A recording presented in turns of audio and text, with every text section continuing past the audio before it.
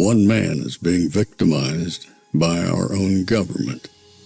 One man whom they fear, yet who millions love. One man who is willing to take the poison arrows of lawfare. One man whose voice has been taken away by a corrupt judge operating in a corrupt system. One man who has been ridiculed and insulted. One man who refused to back down. One man who refused to back down. One man who refused to back down. One man who stands between us and them. One man that wants to see America protected again. One man who wants to see America prosper again. One man who understands that a man is a man and a woman is a woman. One man who understands and protects the blessing of life. One man who wants to restore American exceptionalism. One man who once again wants to make America that shining city on a hill for all to see. A place where all the people of the world glowingly set their eyes upon. America. One man who unashamedly wants to make America great again. That one man is Donald Trump.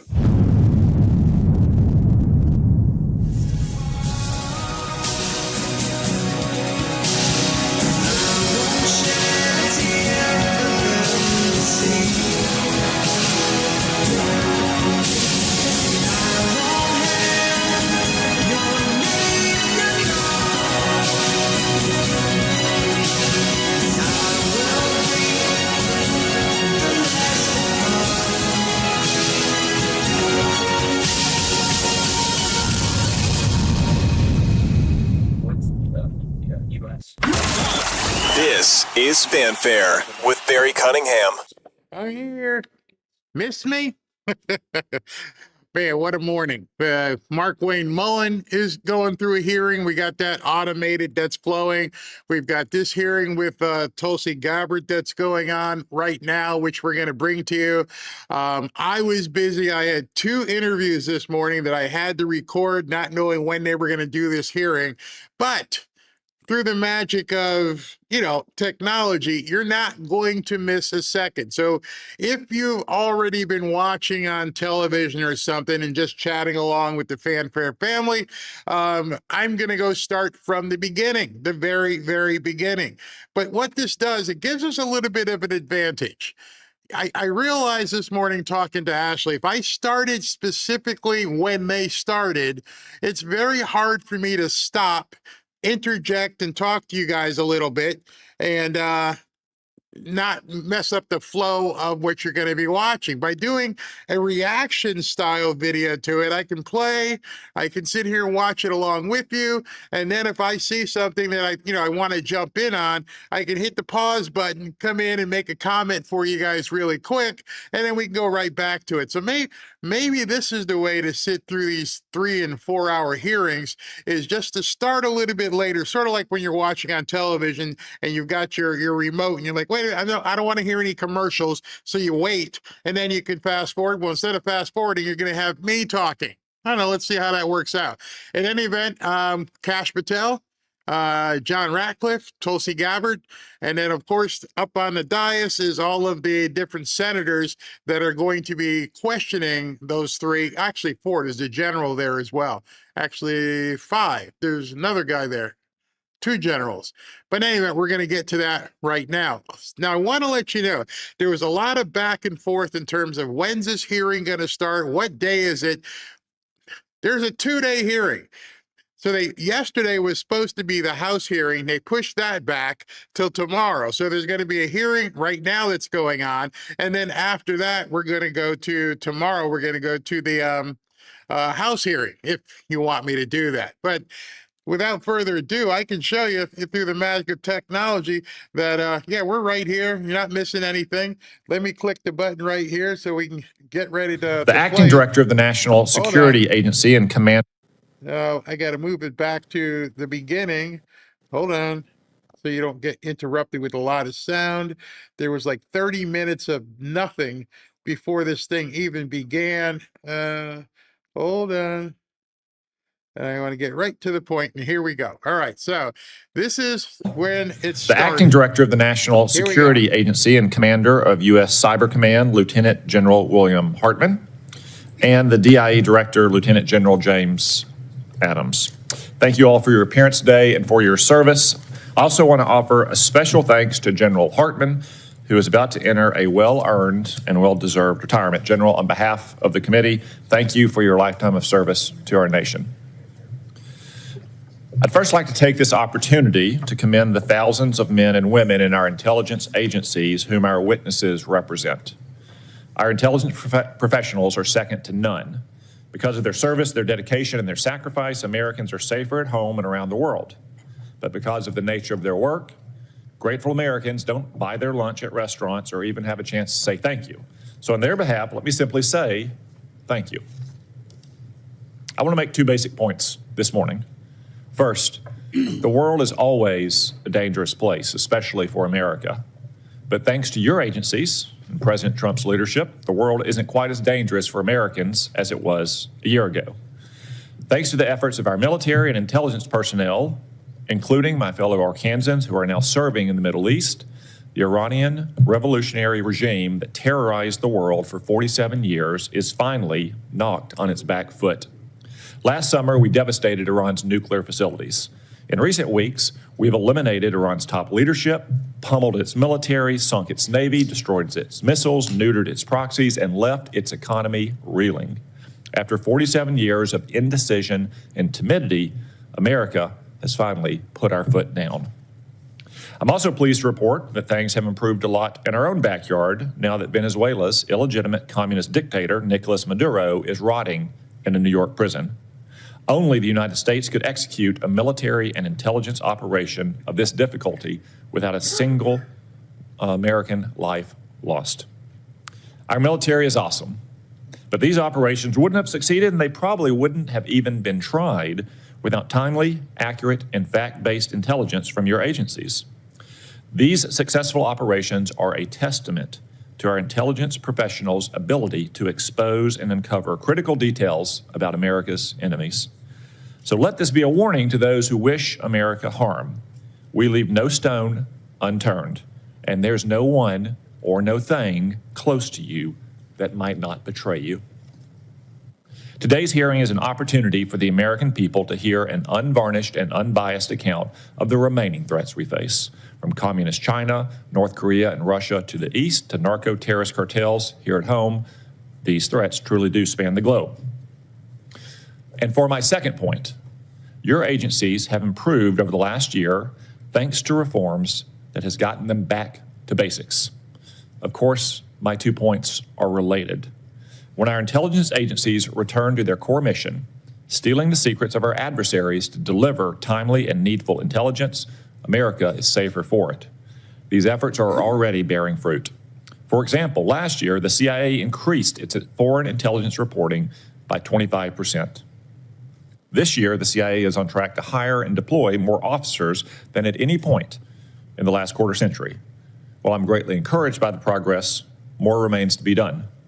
We must always equip our intelligence personnel with the tools they need to do their jobs well and execute their missions. That's why I fully support President Trump's request for a clean reauthorization of FISA Section 702. And it's why I expect a healthy intelligence budget request in the administration's supplemental appropriations request to fund operations against Iran and narco-terrorists. No doubt our military needs supplemental funding, but our intelligence agencies need it just as badly. Moreover, I urge each of you to continue to make personnel and institutional reforms that will cement these changes and foreclose a return in the future to bureaucratic bloat, political bias, and excessive caution within your services. When I became chairman, I promised real reform across the entire intelligence community.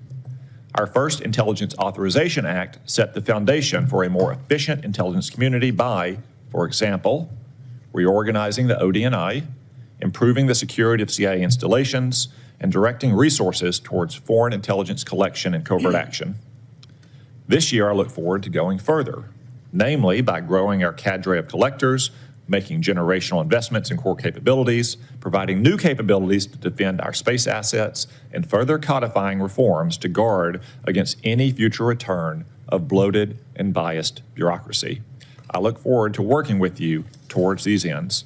I now recognize the Vice Chairman.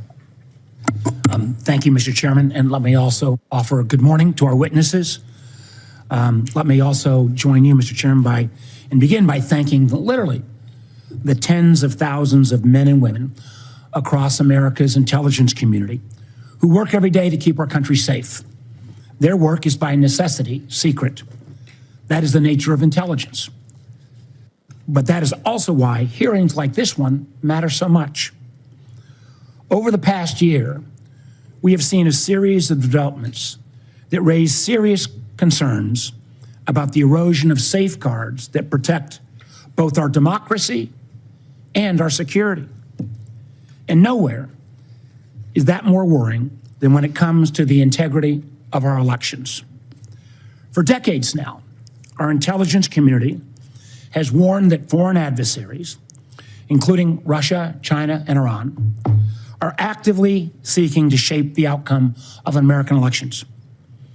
These efforts have included cyber intrusions, disinformation campaigns, and covert influence operations designed to divide Americans and undermine our confidence in our democratic institutions. Protecting our elections from these threats should be one of the intelligence community's highest priorities. The DNI is supposed to be coordinating intelligence on foreign election interference, warning the American people about adversaries seeking to undermine our democracy, ensuring that federal, state, and local officials have the information they need.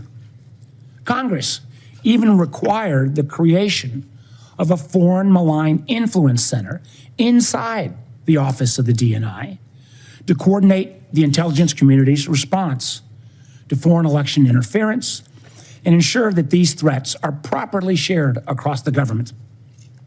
That is the mission Congress assigned to the DNI. But while foreign adversaries are actively probing our democratic institutions, the DNI has eliminated the Foreign Malign Influence Center and does not have a designated official coordinating the response to election threats. And for months, the committee has repeatedly requested briefings from the IC, briefings that are required by law on legitimate foreign threats to the midterms. We have received no response.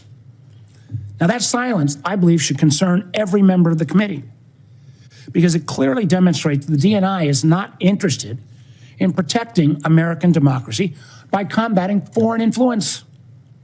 Instead, unfortunately, we have seen the DNI involve herself in purely domestic matters. Last month, we saw Director Gabbard personally participate in a law enforcement raid to seize election ballots and voting machine records in Fulton County, Georgia. A raid tied to an election that the president lost 6 years ago. When the warrant supporting the raid was unsealed, it showed something deeply troubling.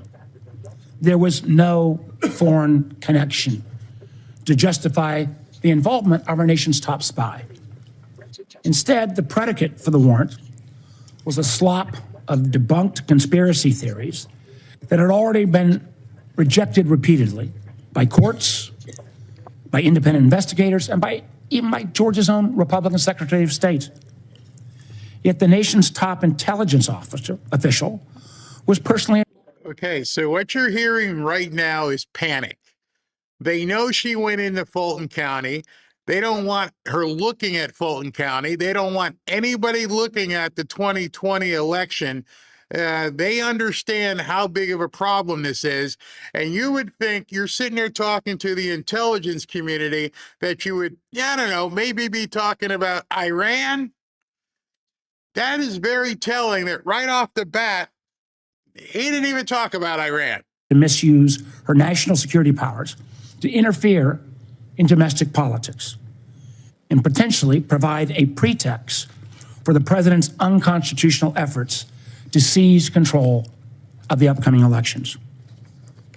Now, don't take my word for it. The president has repeatedly pushed for the nationalization of our elections, calling for federal government to override the state election laws and, quote, take over voting while continuing to make false statements about election fraud. And we have heard troubling rhetoric from senior officials that reinforce these concerns.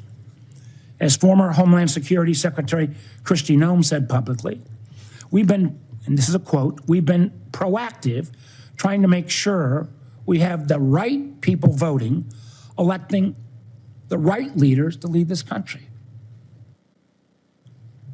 At the same time, the administration has brought into government individuals promoting conspiracy theories about our elections. The so-called White House Director of Election Security and Integrity, Kurt Olson, played a key role in efforts to overturn the results of the 2020 election. Now, Mr. Olson holds a position inside the federal government with the authority to refer criminal investigations and access our most sensitive security information, all supposedly doing his witch hunts around elections. As a matter of fact, according to the court filings, he helped trigger the FBI seizure of the ballots in Fulton County. So it is worth asking, why is someone whose career has been devoted to undermining the legitimate results of a democratic election now operating from inside the federal government with access to law enforcement? You know, the fact, number one, he's reading this, as I've shown you guys before, they read this into the record. He probably had nothing to do with the composition. He's just reading it at the hearing, putting it in the record. And it's very telling that this is the most important issue to the Democrats. Not Iran, not the Save America Act. This is what's most important. They can't understand why the DNI was involved with Fulton County. And again, this goes to yesterday with everybody talking about Joe Kent and leaks. They don't know. They have no idea what's going on. They're playing this so privately. It's incredible. And present threats to American security requires experienced professionals in intelligence agencies that are focused squarely on their mission. Instead, over the past year, we've seen actions that only serve to weaken them. Politically motivated purges at the FBI has resulted in the exodus of hundreds of agents and the reassignments of hundreds more from key national security areas like counterintelligence, counterterrorism, and cyber, and where they've been redeployed to? Immigration enforcement. In one troubling case, agents working on a task force focused on threats from Iran, clearly something that's pretty damn important right now, were dismissed because they had previously participated in the investigation of the president's mishandling of classified information. Elsewhere, the Bureau's budget is being slashed. Last year, it cut over $500 million, with the largest decreases from cyber, counterterrorism, and counterespionage. And the remaining scarce resources are being squandered on things like a $60 million jet for the director's personal travel so he can go golfing in Scotland or partying with athletes in Milan. In fact, according to a whistleblower account, those flights became so frequent they even delayed the Bureau's response to major incidents like the Charlie Kirk assassination or the shooting at Brown University. Credible reports also indicate that highly trained FBI agents from elite SWAT units have been reassigned to chauffeur his girlfriend, an unprecedented use of personnel whose training are actually intended for hunting violent criminals and neutralizing terrorists. Unfortunately, this dysfunction has not been limited to the FBI. Both the National Security Agency and the Defense Intelligence Agency, and this is no reflection on the two gentlemen sitting in front of us, were both left leaderless for months after the president fired their directors. one at the behest of a 9/11 conspiracy theorist, and the other for providing a fact-based assessment that contradicted the president's claims about obliterating Iran's nuclear program. Clearly, if the program had been truly obliterated, the president wouldn't be bombing again right now. And again, more than 1/3 of the personnel at CISA, created by Congress to protect critical infrastructure like power, water, and election systems, have been forced out. That seems like a real mistake as we still grapple with the intrusion called Typhoon and the recent Iranian cyber attack on Stryker. And we are now seeing in real time the cost to the State Department. Thousands of American citizens were trapped in a literal war zone with little assistance from their own government. For a time, those calling the State Department hotline for assistance were greeted with a pre-recorded message that said, quote, "Please do not rely on the U.S. government for assisted departure or evacuation." This was a foreseeable security crisis. When you start a war of choice, when there was no imminent threat, you should be able to prepare to make sure you get Americans out of the war zone. That same attitude, pushing some of our closest friends into the arms of our most capable foes, has profound consequences. Two of our most significant allies, Canada and the UK, are currently working to sign trade deals with China because they no longer believe the United States is a dependable partner. That's a remarkable statement in 2026. And in the president's war of choice with Iran, a war that has already killed 13 service members, cost Americans, taxpayers, billions of dollars, and scrambled supply chains from oil to fertilizer to aluminum, nobody answered the call when the president asked our allies to help reopen the Strait of Hormuz. As the president's own counterterrorism chief acknowledged in his resignation yesterday, Iran posed no imminent threat to the United States.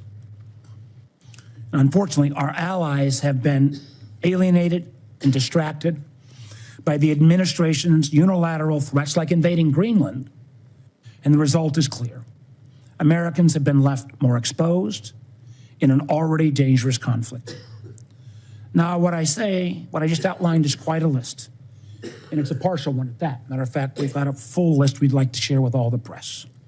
So what does this all mean? It matters because I believe the warnings contained in this year's annual threat assessment. I believe our IC when they say the global security environment is becoming more complex and that armed conflict is becoming more global. And I also agree with the assessment when it says that to succeed, we must think prudently and prioritize our efforts. On the topic of the annual threat assessment, I want to close where I began by noting that since the first time since 2017, in the aftermath of Russia's intervention in our 2016 elections, the annual threat assessment includes nothing about adversary attempts to influence American elections. Now, I don't believe this omission means that the threat has disappeared. It means that the intelligence community is no longer being allowed to speak honestly about it. And it raises serious questions, and I will be asking about your priorities, Director Gabbard, in terms of what you're choosing to prioritize instead. Thank you, Mr. Chairman. I yield back. Before we go to the witnesses, now that we have a critical mass of members, I would simply like to remind members that we will handle questions as we did last year, seniority at the time of the gavel, and alternating between Democrats and Republicans. We'll have one round of questions, 7 minutes per round. I will not entertain questions after 7-minute time has expired. Furthermore, I expect to convene the closed session in our usual location promptly 30 minutes after the open session begins. Director Gabbard, the floor is yours. Thank you, Chairman Cotton, Vice Chair Warner, members of the committee, good morning. I'm here today to present the 2026 Annual Threat Assessment, joined by the directors of the CIA, FBI, DIA, and NSA. Before I continue, on behalf of the intelligence community, I want to extend our thanks to General Hartman for his 37 years of service in uniform and closing out his 37 years with tremendous leadership of the NSA. This briefing is being provided in accordance with ODNI's statutory responsibility. I'd like to remind those who are watching what I am briefing here today conveys the intelligence community's assessment of the threats facing U.S. citizens, our homeland, and our interests, not my personal views or opinions. In this assessment, we're following the structure of priorities that were laid out in the President's national security strategy, starting with threats to our homeland and then shifting to global risks.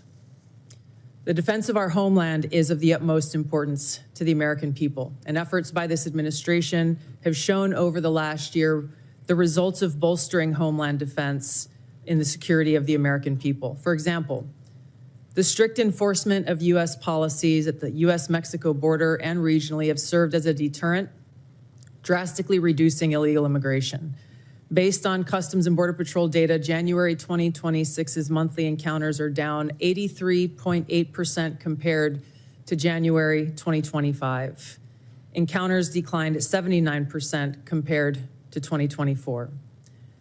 The drivers of migration are likely to continue. Potential worsening instability in countries like Cuba and Haiti risk triggering migration surges, and smugglers who have long operated as transnational criminal organizations continue to view chaos as an opportunity for profit and will continue to look to profit from illegal immigration flows.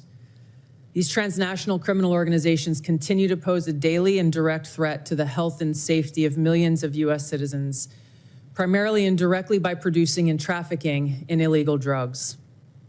Under President Trump's leadership, fentanyl overdose deaths have seen a 30% decrease from September 2024 to September 2025. President Trump's aggressive efforts to more directly and actively target these transnational criminal organizations and reduce the inflow of fentanyl precursors has already had a significant impact, which is likely to continue. We've seen fentanyl potency also decrease, likely due to disruptions to the production supply chain. U.S. efforts to work with China and India to halt the flow of fentanyl precursor chemicals to North America are demonstrating some improvement, but there is more work to be done, as sadly, there are still tens of thousands of fentanyl-related deaths in America every year. Mexico-based TCOs like the Sinaloa Cartel and Jalisco New Generation Cartel dominate the production and smuggling of fentanyl, heroin, meth, and cocaine into the United States. Colombia-based DCOs and illegal armed groups like the Revolutionary Armed Forces of Colombia and the National Liberation Army are responsible for producing and trafficking large volumes of cocaine to the U.S. and European markets, with now some indicators of attempts to expand their market to the Asia-Pacific region. Colombia remains the world's largest producer of cocaine, and Colombian criminal groups have expanded their trafficking relationships with neighboring Ecuadorian and Brazilian gangs. As you know, MS-13 is well established in cells within the United States and uses violence to intimidate the Salvadoran diaspora, engaging in murder, extortion, retail drug trafficking, firearms offenses, and prostitution, fueling increased violence and instability. These and other TCOs continue to present a very tangible and individualized risk of violent crime to everyday Americans and contribute to regional instability. As the president increases his focus on counter-drug and counter-cartel pressures, they're likely to seek ways to try to adapt their operations, including shifting production locations and trafficking routes and methods. The United States continues to face a complex and evolving threat landscape with a geographically diverse set of Islamist terrorist actors seeking to propagate their ideology globally and harm Americans, even as al-Qaeda and ISIS remain weaker today than they were at their respective peaks. The spread of Islamist ideology, in some cases led by individuals and organizations associated with the Muslim Brotherhood, poses a fundamental threat to freedom and the foundational principles that underpin Western civilization.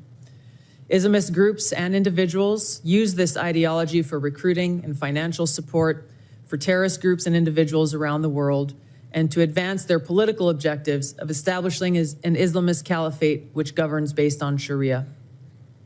There are increasing examples of this in various European countries, and President Trump's designation of certain Muslim Brotherhood chapters as foreign terrorist organizations is a mechanism to secure Americans against this threat. In response to setbacks to their capabilities of conducting large-scale complex attacks, Islamist terrorist groups have shifted toward focusing on executing information operations to spread propaganda and inspire or enable individuals located in or with access to the West. U.S. counterterrorism efforts, primarily in Iraq, Somalia, Yemen, and Syria in 2025, were instrumental in removing key terrorist leaders and operatives, degrading the ability of al-Qaeda and ISIS to quickly reconstitute its leadership and plan large-scale attacks against the homeland and U.S. interests abroad. Strict U.S. border enforcement measures and increased deportations of individuals with suspected links to Islamist terrorists have reduced access to the homeland and removed some potential sources of future terrorist attacks. Since January, U.S. officials have only had a handful of encounters at our borders with individuals associated with terrorist groups. This is a positive trend. However, our interagency coordinated efforts to continue to identify, locate, and remove known or suspected terrorists who may already be in the United States continues with vigilance. In 2025, there were at least 3 Islamist terrorist attacks in the United States. Law enforcement disrupted at least 15 U.S.-based Islamist terrorist plotters. Roughly half of last year's disrupted plotters had some online contact with Islamist terrorists inspired by Islamist foreign terrorist organizations abroad. For example, in the recent attempt to attack a synagogue in Michigan, the shooter had familial ties to a Hezbollah leader. Al-Qaeda and ISIS pose the biggest threat to U.S. interests overseas in parts of Africa, the Middle East, and South Asia, where these groups operate. In the Middle East, AQAP in Yemen, ISIS-K in South Asia, and ISIS in Syria are among the most likely groups conducting external plotting. ISIS in Syria is likely seeking to rebuild its ranks, expand support networks, and solicit funds by re-engaging with and recruiting from the likely hundreds of ISIS detainees and thousands of ISIS-linked women and children who were either released or escaped from prisons and displaced person camps that were previously run by the Syrian Democratic Forces in northeast Syria. Meanwhile, state actors present a risk broader in scope by seeking new capabilities in kinetic and cyber warfare. The United States' secure nuclear deterrent continues to ensure safety in the homeland against strategic threats. However, the intelligence community assesses that Russia, China, North Korea, Iran, and Pakistan have been researching and developing an array of novel, advanced, or traditional missile delivery systems with nuclear and conventional payloads that put our homeland within range. The IC assesses that threats to the homeland will expand collectively to more than 16,000 missiles by 2035, from the current assessed figure of more than 3,000 missiles. The IC assesses that China and Russia are developing advanced delivery systems meant to be capable of penetrating or bypassing U.S. missile defenses. North Korea's ICBMs can already reach U.S. soil, and the IC assesses that it is committed to expanding its nuclear arsenal. Pakistan's long-range ballistic missile development potentially could include ICBMs with a range capable of striking the homeland. The IC assesses that Iran has previously demonstrated space launch and other technology it could use to begin to develop a militarily viable ICBM before 2035, should Tehran attempt to pursue that capability. However, these assessments will clearly be updated as the full impact of Operation Epic Fury's devastating strikes on Iran's missile production facilities, stockpiles, and launch capabilities is determined. These nations collectively will likely seek to understand U.S. plans for advanced missile defense for the homeland, probably for the purpose of shaping their own missile development programs and assessing U.S. intentions regarding deterrence. Shifting to the cyber domain, the IC assesses that China, Russia, Iran, North Korea, and non-state ransomware groups will continue to seek to compromise U.S. government and private sector networks, as well as critical infrastructure, to collect intelligence, create options for future disruption, and for financial gain. The IC assesses that China and Russia present the most persistent and active threats and are continuing their R&D efforts. North Korea's cyber program is sophisticated and agile. In 2025 alone, North Korea's cryptocurrency heist probably stole $2 billion, which the IC assesses is helping to fund the regime and include further development of its strategic weapons programs. Financially or ideologically motivated non-state actors are becoming more bold, with ransomware groups shifting to faster, high-volume attacks that are harder to identify and mitigate. Innovation in the field of artificial intelligence will likely accelerate these threats in the cyber domain. The IC assesses that it will increasingly shape cyber operations, with both cyber operators and defenders using these tools to improve their speed and effectiveness. For example, in August of 2025, cyber actors used an AI tool to conduct a data extortion operation against international government, healthcare, and public health emergency service sectors, as well as religious institutions. Moving to the Arctic, the IC assesses that Russia, and to a lesser extent China, aim to strengthen their presence in the region through increased maritime trade, natural resource extraction, and military activity. Russia, which has the longest coastline in the Arctic, has long sought recognition of its polar great power status and is deploying more military forces and building new permanent infrastructure. China, though not an Arctic country, is engaged in more limited efforts in the region to advance its own strategic and economic interests. The IC assesses that China is the most capable competitor in the field of artificial intelligence. The IC assesses that AI capabilities are rapidly advancing and changing the threat landscape, as this is a defining technology that enables computers and machines to simulate human learning comprehension, problem solving, creativity, and autonomy. It will be critical to ensure that humans remain in control of how AI is used and of the machines that may threaten to autonomously violate the interests of the American people across all domains. AI adoption at scale across the spectrum of usage poses serious risks. AI has the potential to aid in weapons and systems design and has been used in recent conflicts to influence targeting and streamline decision-making, underscoring the risk and likely threats that could manifest on the battlefield. Early developers in quantum computers will give countries an extraordinary technological advantage over others to quickly process national security information and break current encryption methodology used to protect sensitive finance, healthcare, and government information. The global security landscape is volatile and complex, with armed conflict growing more common and posing potential threats against U.S. interests. Strategic competition and regional and smaller powers are becoming more willing to use force to pursue their interests, heightening the risk of conflict.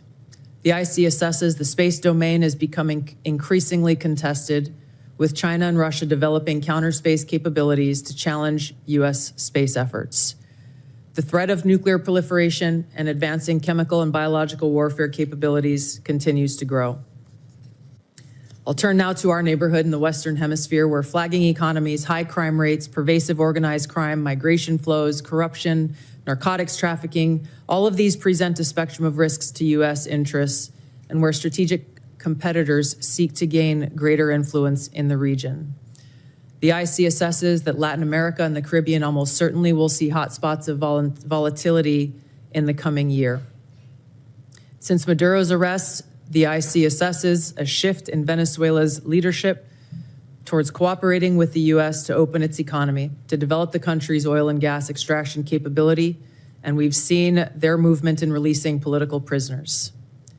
The U.S.-Mexico-Canada Agreement review in 2026 will likely increase uncertainty in many Latin American countries, especially those that rely on Mexico as an export destination for intermediate goods for manufacture and onward export to the U.S.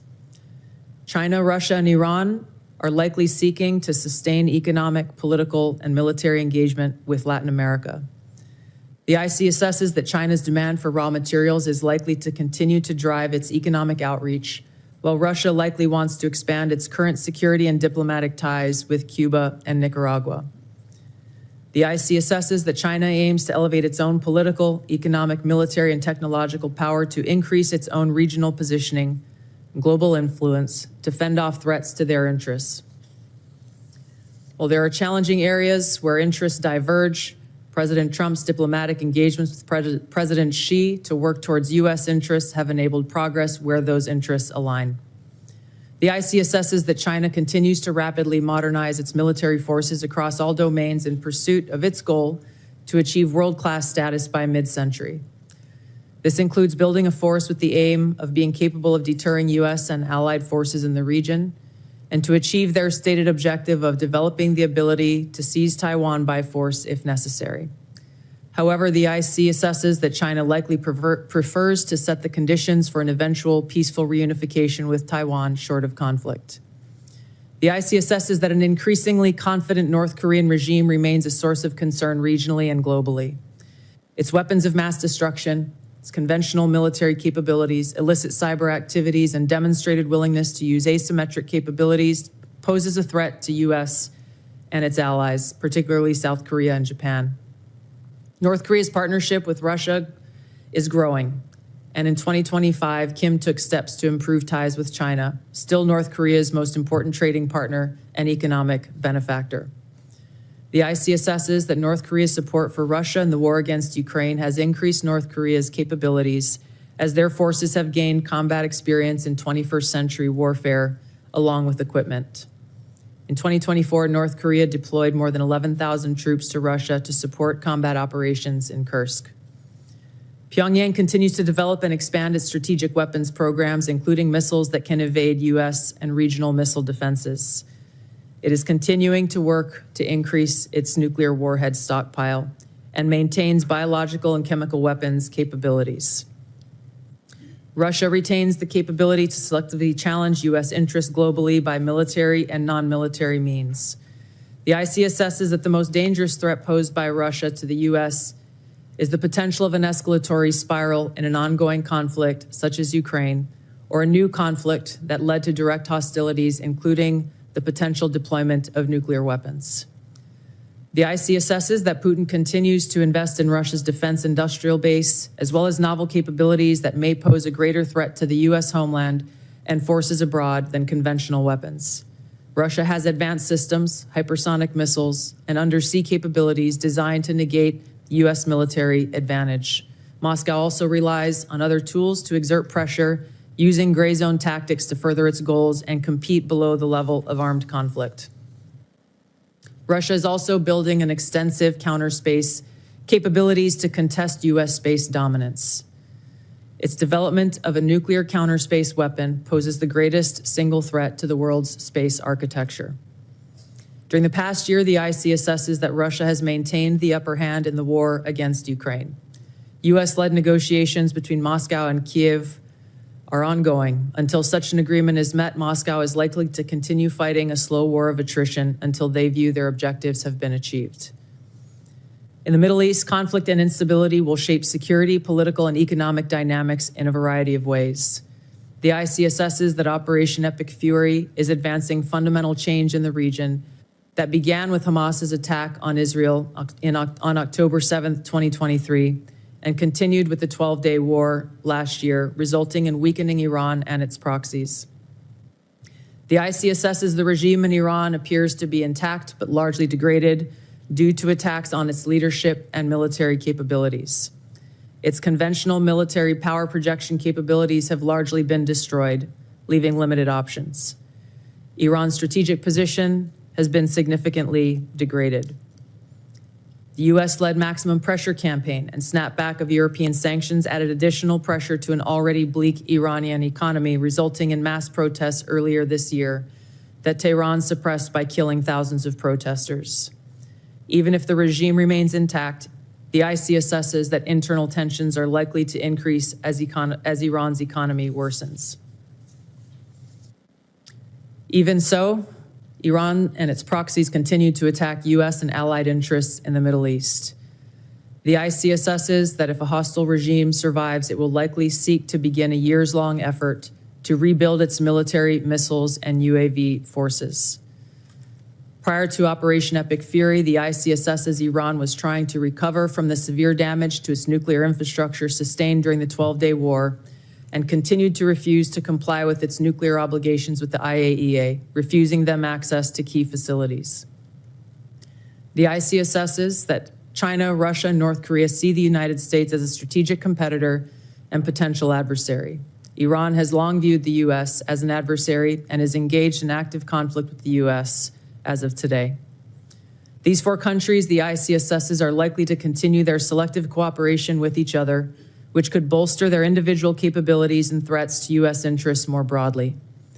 However, currently these relationships are primarily bilateral on selective issues and depend on broader circumstances, divergent sovereign interests, and in some cases, concerns over directly confronting the United States. These factors, the IC assesses, are likely to constrain their relationships.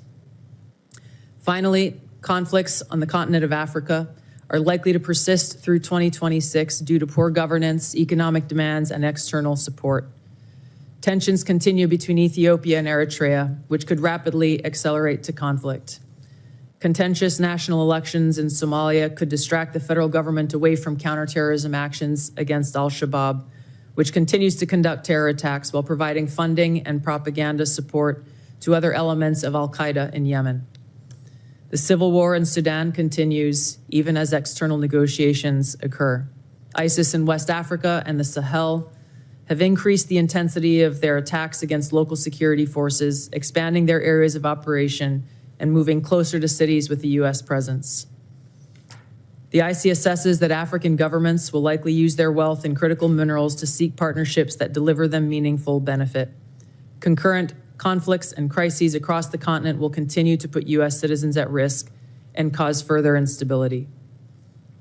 In closing, as leaders of the intelligence community, we remain committed to providing the President and policymakers with timely, unbiased, relevant intelligence to inform decision-making and to ensure the safety, security, and freedom of the American people. Thank you. Thank you, Director Gabbard.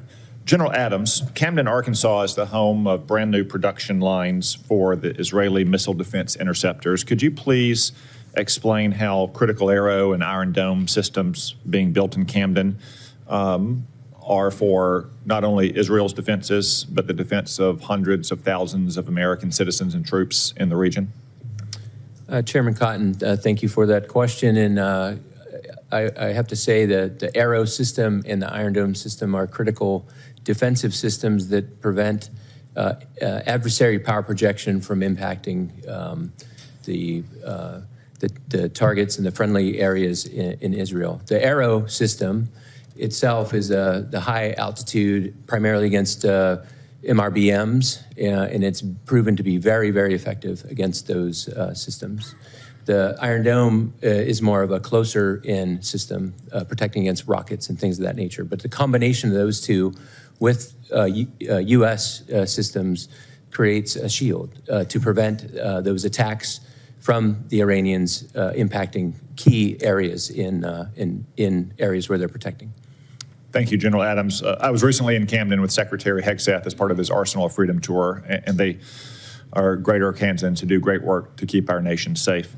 General Hartman, we've often spoken about our pressing need for more cybersecurity manpower and part-time formations, such as the Arkansas Air National Guard's 223rd Cyberspace Operations Squadron are a great way to grow the force. What recommendations do you have to grow these cyber protection teams and develop more capacity for local and national missions? Chairman Cotton, thanks for the question. I did hear a little bit about the great team in Arkansas there, and I know 855 CPT operates from that formation. And so for us, certainly looking at a number of different initiatives. One, ensure that we can share all of the relevant top secret classified information and other sort of indications and warning that the organizations need. But I will tell you, I'm an advocate for an ability to establish some sort of joint reserve cyber organization, and so that at Cybercom we can ensure that those organizations have all of the advanced training that they need to ensure that those organizations have access to all of the intelligence that they need, and to ensure that we control some level of funding at both Cybercom and NSA that can be used to mobilize those personnel to handle the most difficult problems that we're faced with. And we have been working with Congress on some of that language and the department, and we appreciate it, sir. Thank you, General Hartman. As I said in my opening, we only have this one public hearing a year, even though the committee hears from each of you several times throughout the year in classified settings. So we don't often have a chance to tell the American people what great work their intelligence professionals are doing for them. So Director Ratcliffe, could you take the opportunity to maybe join in the excellent briefings that Secretary Hegseth and General Kane have provided on a regular basis over the last couple months on the military aspects of both the Maduro raid and Operation Epic Fury, to explain the CIA's contributions to those operations? Thank you, Senator. Last year when I was here in my confirmation, I promised you all, and you had all asked for, a more aggressive CIA, one that was focused on core mission, getting back to the business of stealing secrets, to be able to provide our policymakers with a decisive strategic advantage that would allow and advance and contribute to foreign policy and national security successes. To the credit of the CIA workforce, the CIA has delivered. Some of those successes have been very public. As you mentioned, Senator, Operation Midnight Hammer, Operation Absolute Resolve, flawless military operations like that are hostage to a flawless intelligence picture. And the CIA, as you know from classified briefings, contributed in myriad ways to the success of that. But what I would say to you is those successes are just emblematic of the phenomenal progress and success really by every measure, every metric, every standard across every national security space with regard to the work of the CIA. Senator, you mentioned some of it in your opening. The increase of our asset stable and our human sources up by 25%, our FI collection across the board, our foreign intelligence collection up by 25% overall, and in important categories like China, for instance, up 100%. In areas like tech and AI, up 45%. On the counter-narcotics front, our operations up by 70%. And with regard to counterterrorism, those are classified numbers that I'll share with you in the classified portion of this hearing, but they're off the charts good. The best way I can summarize it, Senator, is I had a 32-year veteran of the agency retire this year, and he said to me, I hate to go. I don't know if this is the best year that the CIA's ever had, but it's the best year I can ever remember. And I think that reflects the current morale of the CIA. It's a workforce that knows it's doing a great job. It knows that it's being allowed to do what they signed up to do, which is provide that decisive strategic advantage to our country for great successes that everyone can see. So I thank you for the opportunity to let me recognize the CIA workforce. Thank you. Director Ratcliffe, I want to address one specific threat from Iran, the threat of an intercontinental missile, which is really just the combination of two technologies, one thrust to get something into space and a reentry vehicle to get it back to Earth. Iran has always had a space launch program, which is flimsy cover for the first part of that intercontinental missile program. I haven't seen any Iranian astronauts in space lately.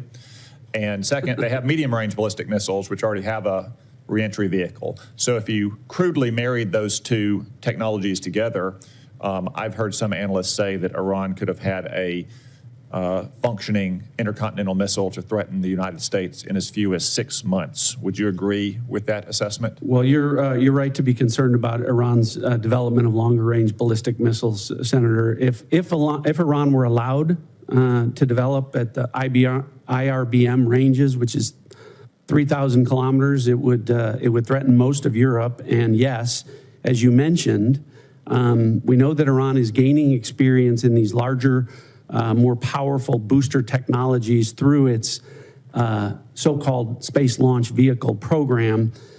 If left unimpeded, yes, Senator, they would have the ability to range missiles to the continental U.S. It's one of the reasons why degrading Iran's missile production capabilities that is taking place right now in Operation Epic Fury is so important to our national security. Thank you. Vice Chairman. Thank you, Mr. Chairman. Director Gabbard, the whole country knows that you were recently involved in an FBI operation to seize ballots in Fulton County, Georgia. You gotta be kidding me. Yet this was despite the fact that the warrant showed no foreign interference or nexus. Matter of fact, the warrant was based entirely on conspiracy theories that have already been examined and rejected repeatedly. Now, where is the authority for you to involve yourself in a domestic law enforcement activity? Thank you, Vice Chairman. I appreciate the question. As you know, I've addressed every issue you've raised in detail in a letter, but I'm grateful for the opportunity to do it in this forum. As you stated, Congress provided by statute, ODNI, with the responsibility of election security and counterintelligence in 2021. As you also know, ODNI has purview and oversight. I know the history very well, but could you just I am addressing the question. ODNI also has purview and overview over two domestic-related agencies, the Department of Homeland Security and the FBI, both of which have purview over election security responsibilities to ensure the integrity of our elections. I want to correct one of your statements that you've made multiple times, which is false. I did not participate in a law enforcement activity, nor within my authorities. You were present on the scene. Are the photos of you on the scene false? I was at Fulton County, sir, at the request of the president, and to work with the FBI to observe this action that had long been awaited. I was not aware of what was in the warrant or was not in the warrant. And what was the president's specific request for you to go to? What was the specific request that was made by the president for you to show up in Fulton County? To go and observe the FBI's activities on this issue. So when you look at the your question, sir. Do you have the answer why the president was knowing about this affidavit before it was even served? I'm not aware that the president knew about an affidavit before it was served. Then why was he sending you to Fulton County? This occurred the day that the FBI had it approved, their warrant approved by a local judge, and they began to execute this. To address your question, sir, about the foreign nexus question, in order for us to better understand the vulnerabilities in our election systems that may exist today as we look to 2026, and yes, we are very focused on trying to make sure that this election is one that the American people have Director faith, Gabbard, I've got a number of questions. Director Gabbard, I have a number of questions. Let me ask my next question, please. You have not provided any of the required reports or briefings to this committee on foreign interference. This is the first threat assessment since 2017 that didn't even mention foreign interference. Last year, when you were already confirmed, it mentioned it at high level. Are you saying there is no foreign threat to our elections in the midterms this year? As I stated in the outset of my remarks, this year's annual threat assessment matches the prioritization of threats and Please answer the question, yes or no. Is there foreign threat interference to our elections this year? Laid out. Are there foreign... Please allow me to answer the question, sir. The intelligence community has been and continues to remain focused on any collection and intelligence products that show a potential foreign threat for those who are so far there has been none then because you've made no reports. Excuse me, ma'am. If you want to ask the questions, you should have stayed in Congress. Please answer the question. I didn't ask you a question, sir. I'm trying to answer your questions. So you're saying the failure to provide any report, to have any mention of a foreign threat assessment, I would draw the conclusion there must be no foreign threat to our elections in 26. So that brings me a question that I have for both you, ma'am, and Director Patel. There are reports that in 2020, the president was preparing an executive order to potentially seize ballots or bring in federal forces. There is a published report that there is a similar EO being drafted right now about 2026, citing China. Director Patel, do you have any knowledge of that draft EO? Thank you, Vice Chairman. I do not, sir. Director Gabbard, do you have any? I do not. Thank you. Let me move to Iran. Now, I understand, and I appreciated Director Gabbard, your comments yesterday about agreeing that the president has sole authority, I guess, in his bones to declare whether something is an imminent threat. I didn't agree with your friend, Mr. Kent, but I didn't, again, I agreed with him yesterday on the fact that there was no imminent threat. I guess what I'm concerned about, one thing is, even in your printed testimony today on page 6, And your last paragraph on page 6, as a result of Operation Midnight Hammer, Iran's nuclear enrichment program was obliterated. There's been no efforts to try to rebuild their enrichment capability. You omitted that paragraph from your oral opening. Was that because the president had said there was an imminent threat 2 weeks? No, sir, I recognize that the time was running long, and I skipped through some of the portions So you chose to take my oral delivered remarks. You chose to omit the parts that contradict the president.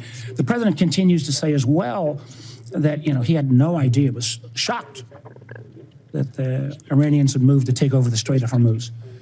Did you provide any intelligence that would say that it would be that it was not likely that the Iranians would try to move on the strait? I'm not aware of those remarks, and I think those of us here at the table can point to the fact that historically the Iranians have always threatened to leverage their control over Why would the president say he was amazed? I'm not aware of those remarks. What about the comments the president made that he was surprised again, reports that Iran struck the adjacent Gulf states? Again, I'm not aware of those remarks. We have been let me and ask you this. continue to provide Did you brief the president? Did you brief the president? Did you brief the president if he starts a war of choice that the likely result would be that Iran would strike adjacent Gulf nations and close the Strait of Hormuz? Did you brief him on those two facts that I think have been consistently the assumptions of the intelligence community? I have not and won't divulge internal conversations. I will say that those of us within the intelligence community continue to provide the president with all of the best objective intelligence available to inform his decisions. Senator Collins. Thank you, Mr. Chairman. Director Gabbard, you just testified that ISIS and al-Qaeda are significantly weaker. And reflecting that view, you have devoted declining budgets, personnel, and emphasis on countering terrorism. Yet, the fact is that ISIS is growing and operating in Somalia, Afghanistan, Syria, Pakistan, and Iraq.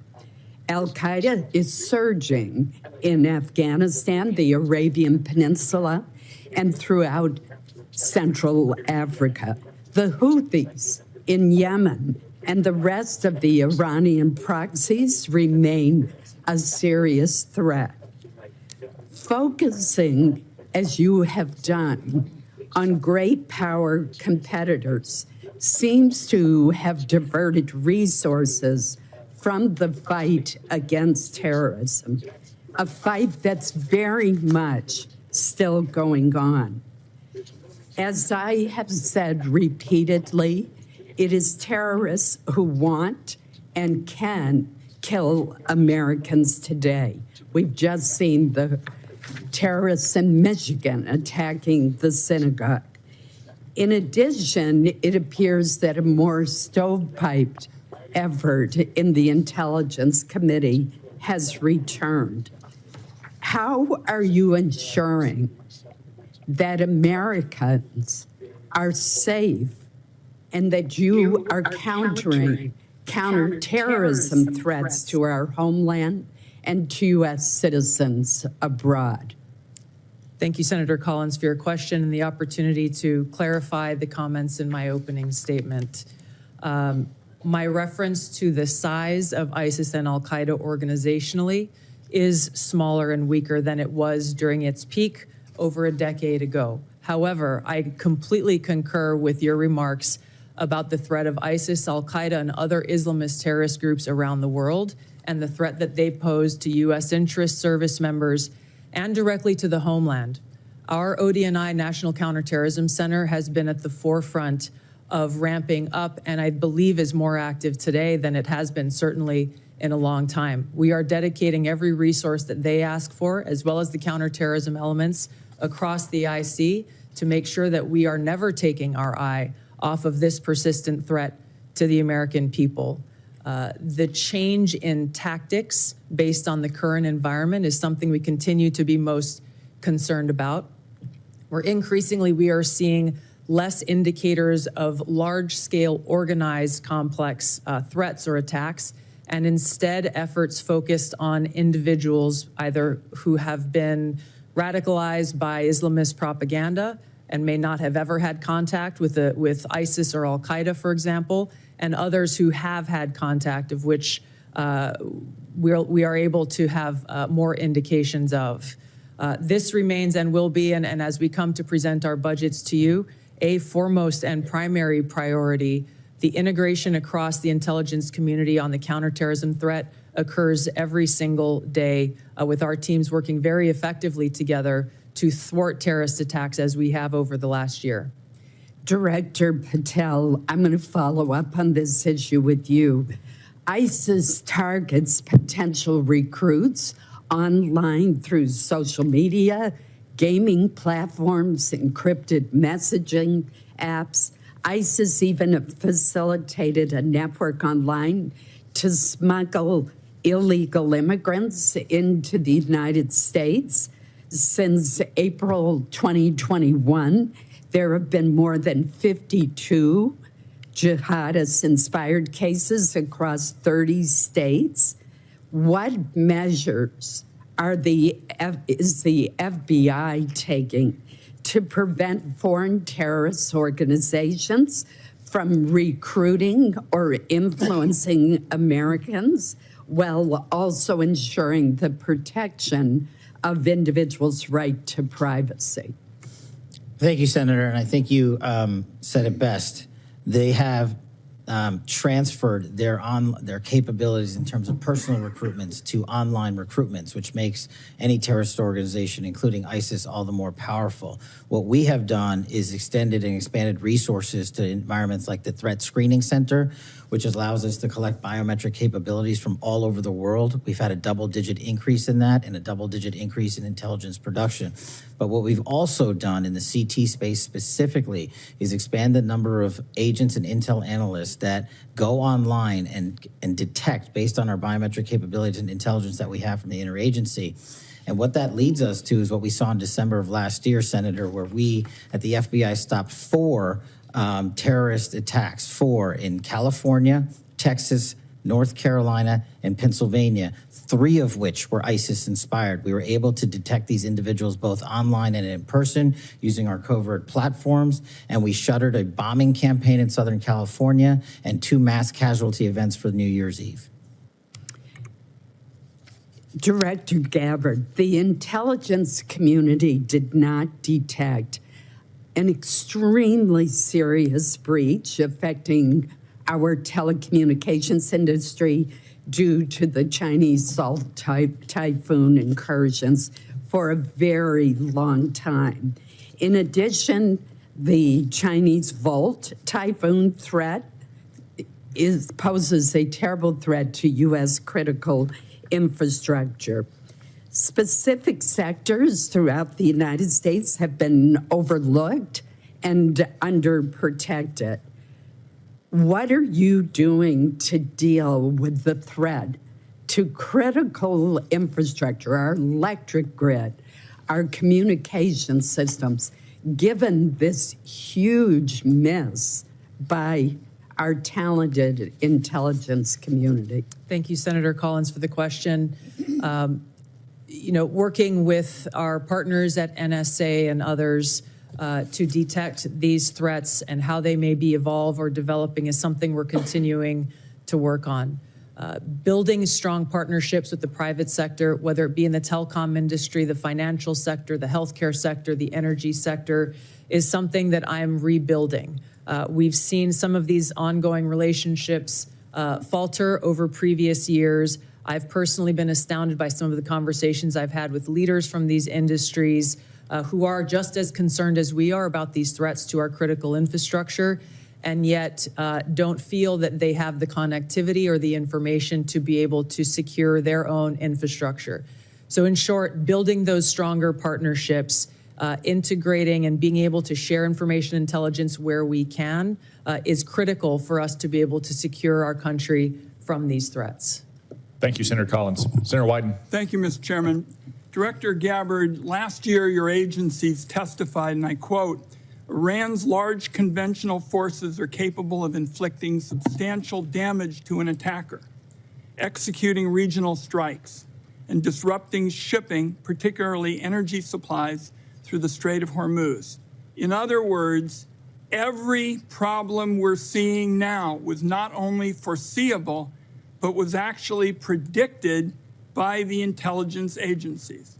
So, Director, in the lead up to the start of this war 3 weeks ago, did the intelligence agencies stick to their assessment that in response to an attack, the Iranians had the capability to shut down the Strait of Hormuz?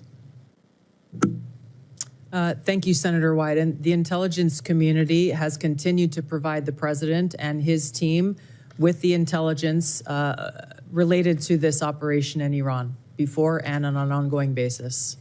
So right now, we're in a global energy crisis. We're paying more for gas. The economy is in danger.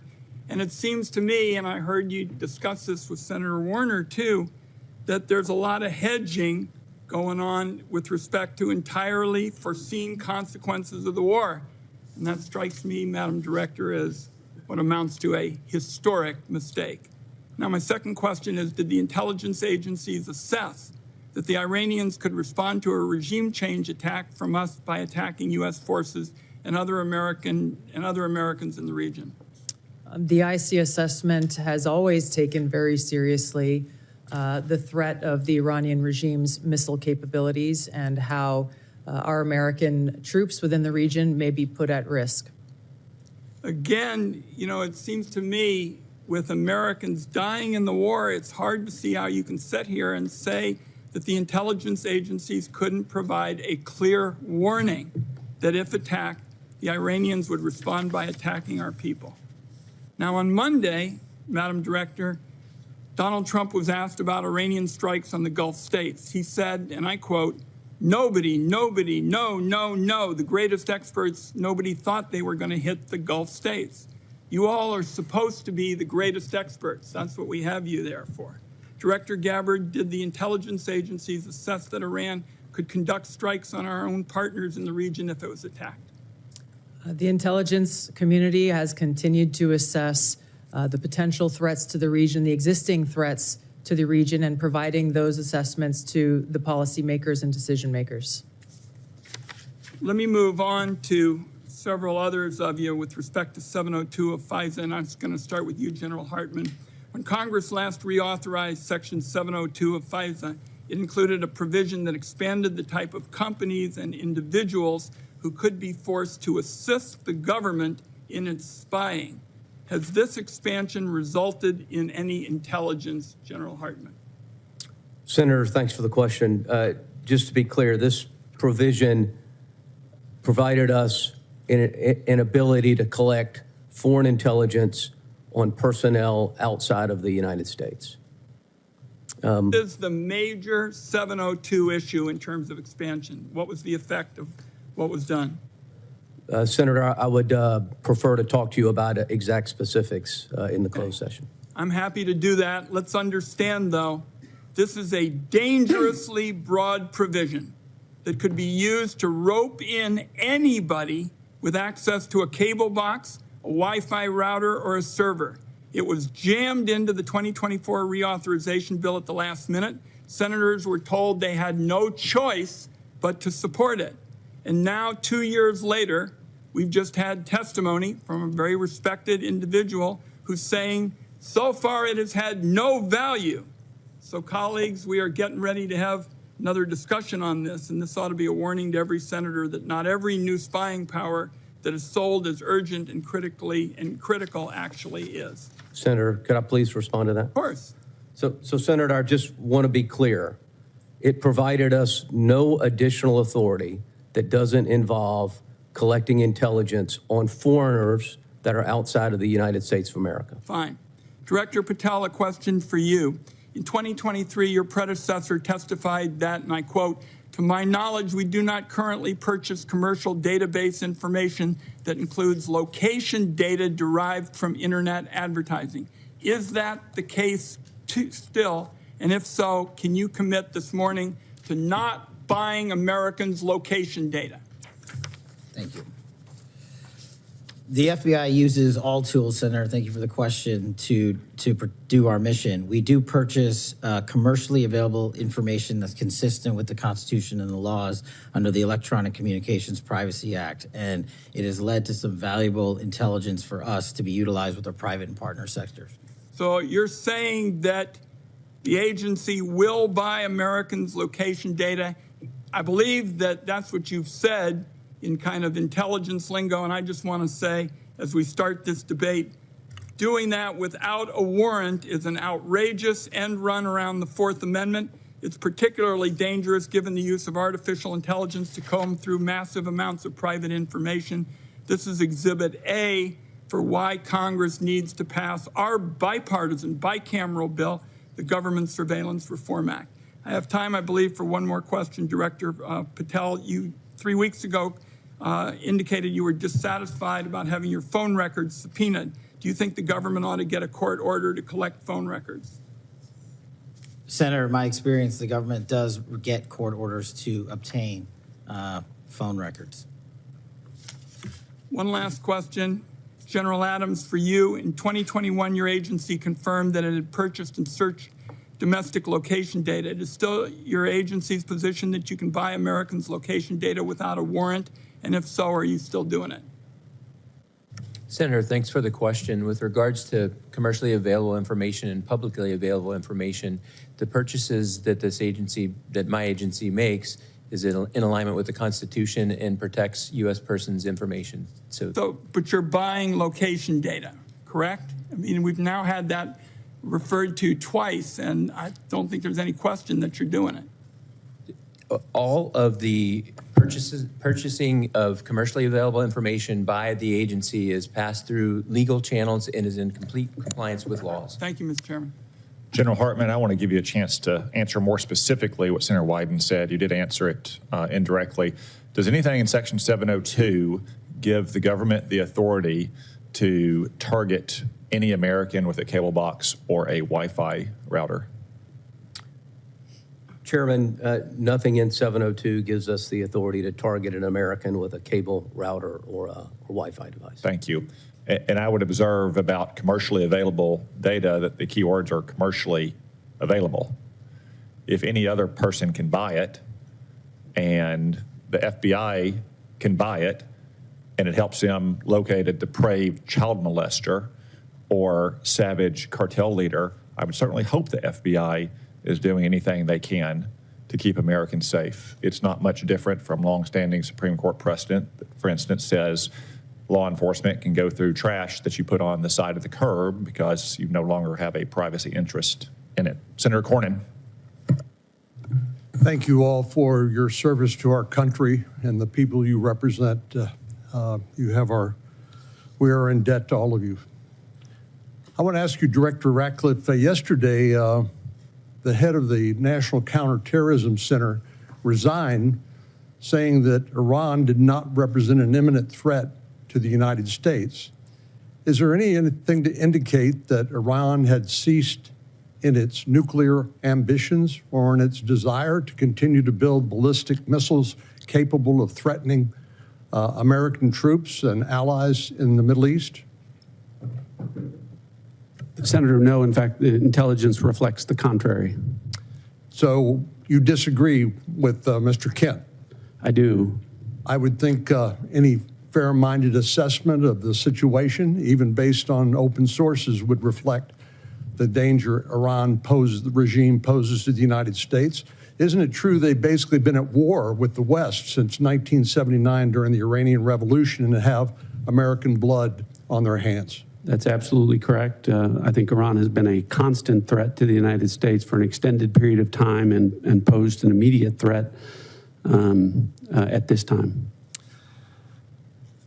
The threat assessment says that al-Qaeda and ISIS maintain the intent to launch operations targeting the U.S., but it's most likely to occur through U.S.-based lone offenders. I want to ask you, Director Patel, it seems like there's been a raft of incidents recently. I'll On March the 1st in Austin, Texas, where I live, a lone gunman wearing a sweatshirt saying "Property of Allah," and who the T-shirt he wore underneath had an Iranian flag, killed 3 innocent people and injured 12 more.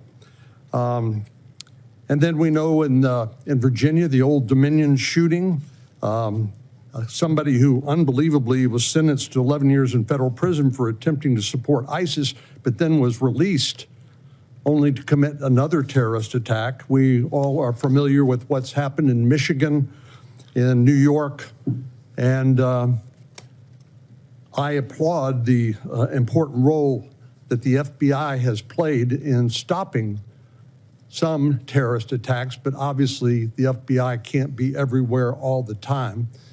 Would you please talk about your cooperation and collaboration with Homeland Security investigations in countering terrorist attacks against the United States?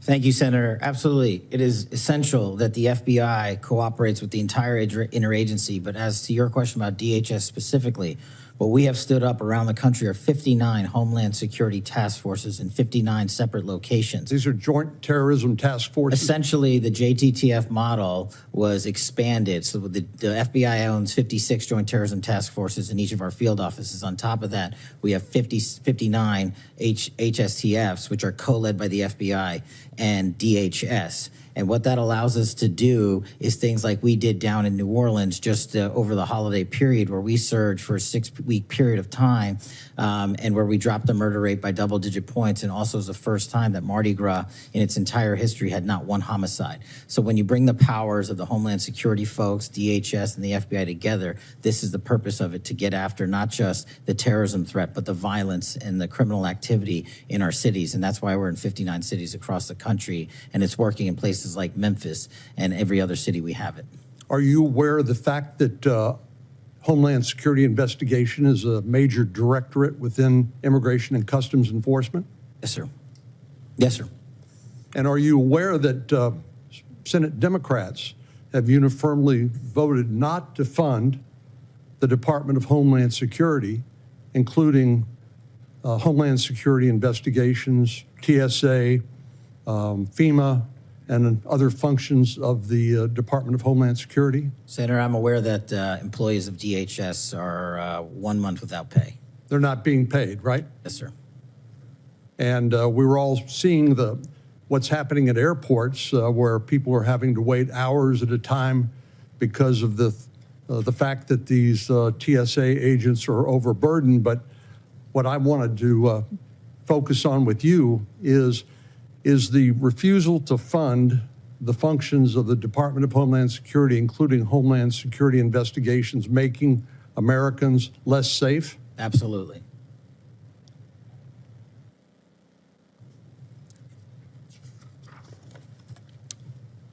So give us an example of some of the cooperation that you all have engaged in with the FBI has engaged in with the Homeland Security investigations. I'm looking at an article here that talks about the 190,000 Afghan nationals that were admitted to the United States, literally unvetted, and there are examples of individuals within that 190,000 who have committed terrorist attacks against the United States and against American citizens.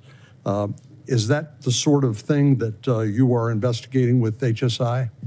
Senator, that's one of the many things we're investigating with HSI, DHS, CBP, ICE. Give me some other examples of the collaboration on what other topics, including in addition to terrorism attacks. What we're allowed to do with our DHS partners, Senator, is enable their massive workforce to supplement ours. And what they're allowed to do is share intelligence on things that you just talked about the 100,000+ illegals that came in from Afghanistan during the Afghanistan withdrawal. Unfortunately, they weren't vetted thoroughly. So what we're doing is going back with our DHS partners and vetting absolutely every single one of them to the best that we can. But unfortunately, we're not able to go out into the country country and find every single one of these individuals. But we need more than 12,000 FBI agents to do that job, which is why we are utilizing the 100,000 or so 1811s at the Department of Homeland Security to give us the information they have from their immigration records, from their travel records, from their travel logs overseas and within the country. And what we're able to do is remove these individuals off the streets in every single state across the country, to include violent gang members, to include Tren de Aragua, to include ISIS-affiliated individuals, to include Al-Qaeda-related affiliated individuals. And hopefully we do it before and not after, like the tragedy that we witnessed in Washington, D.C., where an individual from Afghanistan was allowed to enter into our country and shot multiple members of our uniformed military service. Thank you. Senator King. Thank you, Mr. Chairman. I do need to point out, in response to some of the previous comments, twice in the last 2 weeks, as recently as last Thursday, Senator Patty Murray, the Appropriations Committee, put a bill on the floor that would have fully funded TSA, FEMA, CISA, and the Coast Guard for the rest of the year, leaving the focus on the dispute that we have with the conduct of ICE as separately. So inexplicably to me, that bill was blocked by my Republican colleagues. It would have, as I say, fully funded TSA, FEMA, CISA, Coast Guard, and then focused the attention on the situation with ICE. So I just want to be clear on who's blocking funding for those four agencies. There is no situation with ICE. I'd like to ask Ms. Gabbard and Director Ratcliffe, Director, both of you, were either of you in the room, or your designees, when the President was making the final decision about taking this action against Iran on February 27th, 28th? Was there an intelligence committee, intelligence community present in those deliberations? Mr. Ratcliffe, your response? Senator King, I'm probably in dozens and dozens of briefings with the President. I don't know if there was a single meeting where there was a single time where a decision was made. Were those dozens of meetings right during the lead up to this war? I know you've met many times, but I'm talking about it in the 2 weeks or so before the decision to go into Iran was made. Again, countless meetings with the President. During that period? During that period. Director Gabbard, were you present in those discussions? Likewise, yes. The reason I'm asking the question is there seems to be a discrepancy between what the Intelligence Community has reported over the years and what the President has said in terms of this action. For example, Senator Wyden read the report from a year ago that strikes against neighboring states and action to close the Strait of Hormuz was predicted by the intelligence community. And yet the President says nobody knew. And my question is, did you tell him? Anybody want to answer that question? Senator, I'll answer the question. So with regard to briefings, the President gets briefings constantly about intelligence. Now, the comments that you talked about, I had not heard. But what I can tell you is that Iran had specific plans to hit U.S. interests in energy sites across the region. And that's why the Department of War and the Department of State took measures for force protection and personnel protection in advance of Operation Epic Fury. I think that's what's most important. Any predictions to the President about the Strait of Hormuz? All you got to do is look at a map and you'll see that the vulnerability of the Strait of Hormuz. Was that part of the briefing, Director Gabbard? I think the Director Ratcliffe made the point here is that this has long been an assessment of the IC that Iran would likely hold the Strait of Hormuz as leverage. And my question is, was that communicated to the President in the lead up to this action? And it's because of that long-standing assessment that the IC has continued to report that the Department of War took the preemptive planning measures that it did. Well, they've stated that they did not plan for the Strait of Hormuz. The President said, who knew that was going to happen? Anyway, let's move on. Does the President take a daily brief from the intelligence community? This is a yes or no question, I think. Yeah, the President I would say, Senator, in my estimation, on average, I brief the President of the United States on intelligence probably on average 10 to 15 times a week, where I have conversations with him about specific, discrete issues. Sometimes there are dedicated sessions that last hours in length. Sometimes I'm briefing him on specific issues, sometimes 3 or 4 times a day. But I would say on average, my interactions where I'm briefing the president on important national security matters happens probably on average 10 to 15 times per week. Thank you. Could you update us on the intelligence on Russian intelligence sharing with Iran in the current conflict? What do we know? Senator, if there is that sharing going on, that would be an answer that would be appropriate for a closed session. Well, it's been in the public press. This is open source that it's occurring. Is it occurring? Again, if it is occurring, that would be an answer appropriate for a closed session. What I can tell you is that according to the Department of War, any support that Iran may be receiving is not inhibiting their operational effects. Okay, that's sort of the first cousin of a yes, I guess. According to intelligence analysis, can regime change or the elimination of the estimated 1,000 pounds of highly enriched uranium be accomplished without boots on the ground? Senator, the discussion about the Iranian nuclear capability, we intend in the closed session to talk about that in great deal. With regards to revealing any information about the ability to do that, I would have to defer that to a closed session. Okay, I'll see you in an hour. Finally, there was very little, if anything, in the report, in the assessment about climate change, and that's been in past reports. There is a lot of discussion about migration.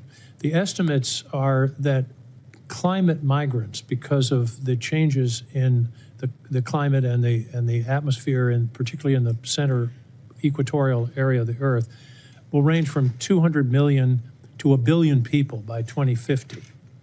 Do you believe that is a national security threat that should be addressed? The Syrian refugees were about 6 million, and they upset the politics of Europe for several years. We're talking about 200 million to 1 billion people on the move. I believe that's something we should be discussing and that the intelligence community should be assessing. Director Gabbard? Yes, Senator, there are a number of drivers of things like migration. It would be an extensive and voluminous annual threat assessment if we included every single one. This annual threat assessment is focused, again, on the priorities laid out by the President's national security strategy and on the effects that we can take action, operational action, to protect U.S. interests. Well, I would suggest combating climate change is something we can take action on. Thank you, Mr. Chairman. On the matter of media reports about Russian or Chinese collaboration with Iran, I would point out that the media is not a classification authority. And that kind of story, whether true or not, might be better suited for the FBI to investigate on whether there's been unlawful disclosures of classified information. I would also say it sounds like something Russia and China would do. Communist Russia used to do it during the Cold War, and Communist China has always done stuff like that. On the Patty Murray legislation, not only would it have defunded ICE and CBP, it would have also defunded Homeland Security investigations, which do critical work on our streets to protect our communities from financial crimes, from predators, from transnational gangs as well. So while we would all like to see the TSA and the Coast Guard and other critical parts of Homeland Security as well, we do not want to defund the police, this time the immigration police. Senator Moran. Chairman, thank you. I believe that it's in the U.S.'s national interest, our security interest, for Ukraine to be successful in defeating the Russian invasion. I'm concerned with the consequences of Operation Epic Fury on that ability of Ukraine to succeed in defending its borders.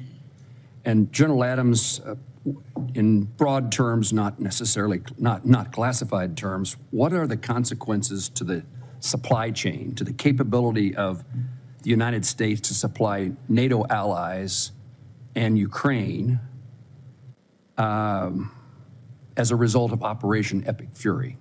My question is that usual problem of how do we do both? Are we doing both?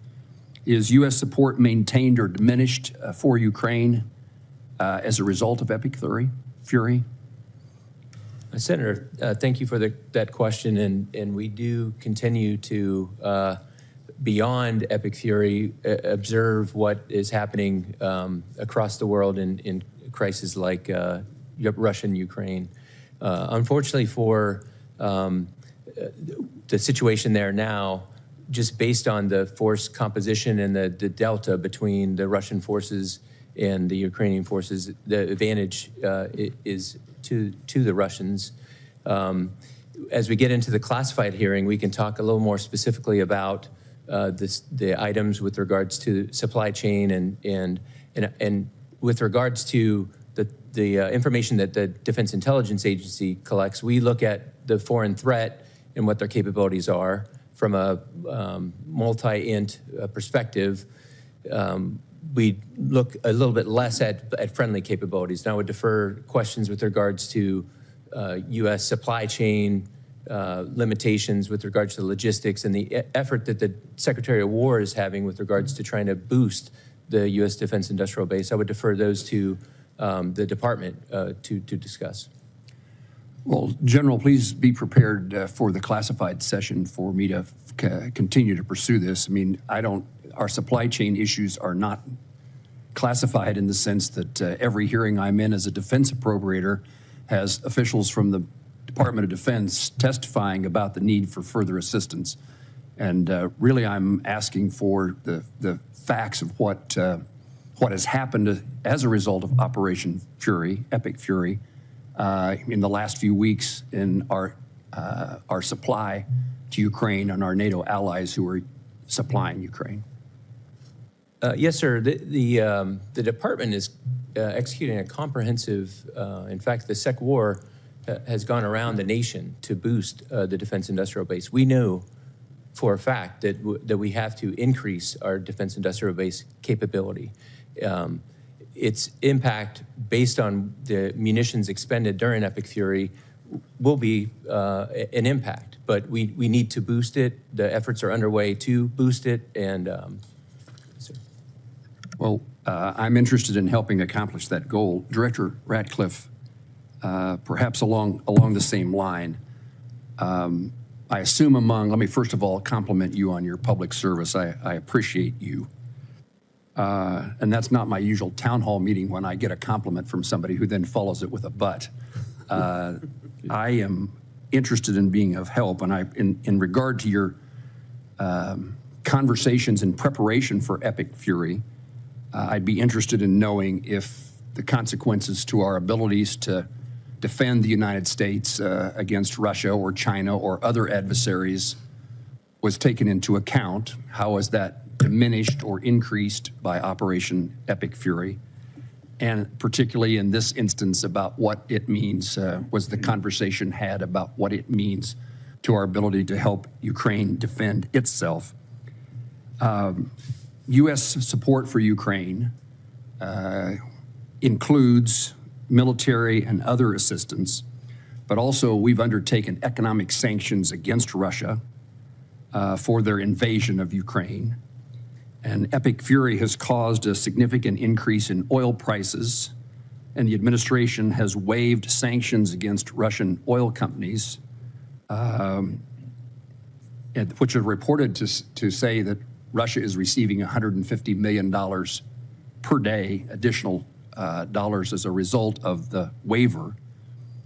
What can you tell me about our plans or your understanding of what's transpiring as a result of Operation Epic Fury in regard to those oil revenues that are now being generated in favor of Russia and the lifting of the sanctions, at least for a temporary period of time? Senator, thanks for the compliment, I think.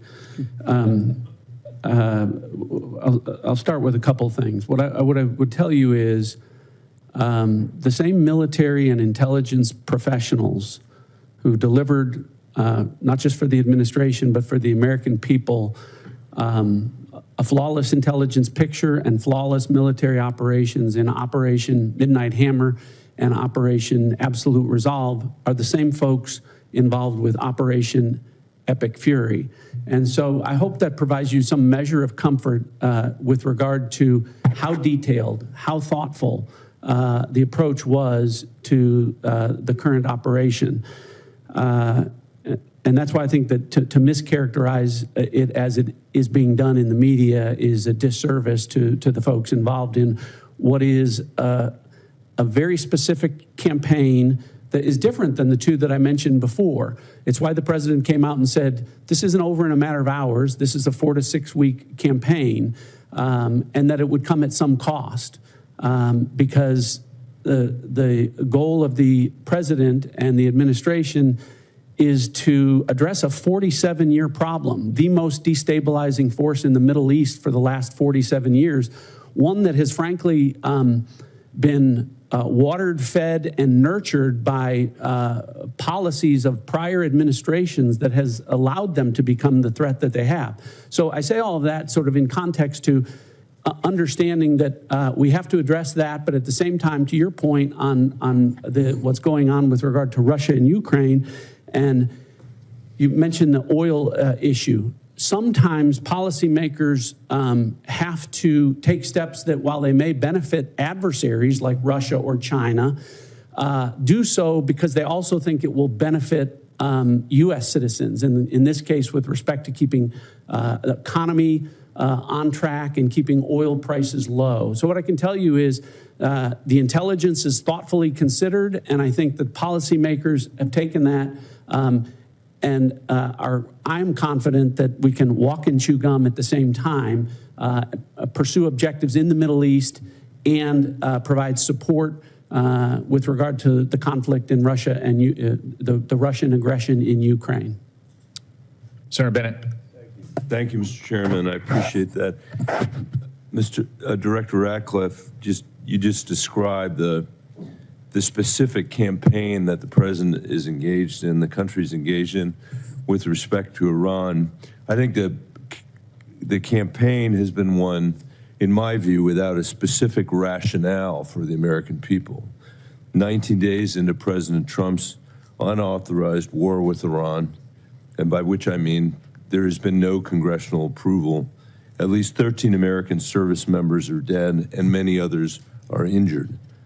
President Trump has offered no credible justification for an imminent threat, no clear goals, no strategy or timeline. His message keeps changing, I think, in really damaging ways. President Trump said Iran's nuclear facilities had been, quote, totally obliterated in June 2025. But when he launched this latest war, he said we need to eliminate the imminent nuclear threat of those totally obliterated nuclear facilities. President Trump has threatened to seize Iranian oil and demanded our allies reopen the Strait of Hormuz. He said that I'm demanding that these countries come in and protect their own territory because it's their territory. It's the place from which they get their energy. By the way, he wasn't just asking for our allies to protect or to bail them out in the Straits of Hormuz. He was asking China to bail them out in the Straits of Hormuz. And then he said, maybe we shouldn't even be here at all because we don't need it. We have a lot of oil. And he said, we do not need the help of anyone. President Trump has declared we've won the war. We won it in the first hour. But then he said, we're not leaving until the job is finished. He said that there is practically nothing left to bomb, but then threatened to bomb Iran again, quote, just for fun. I think words that probably have never come out of a military leader in the history of the United States of America. It shouldn't come out of the mouth of a civilian leader. President Trump said he will end the war when I feel it in my bones. And any time I want to end it, it will end.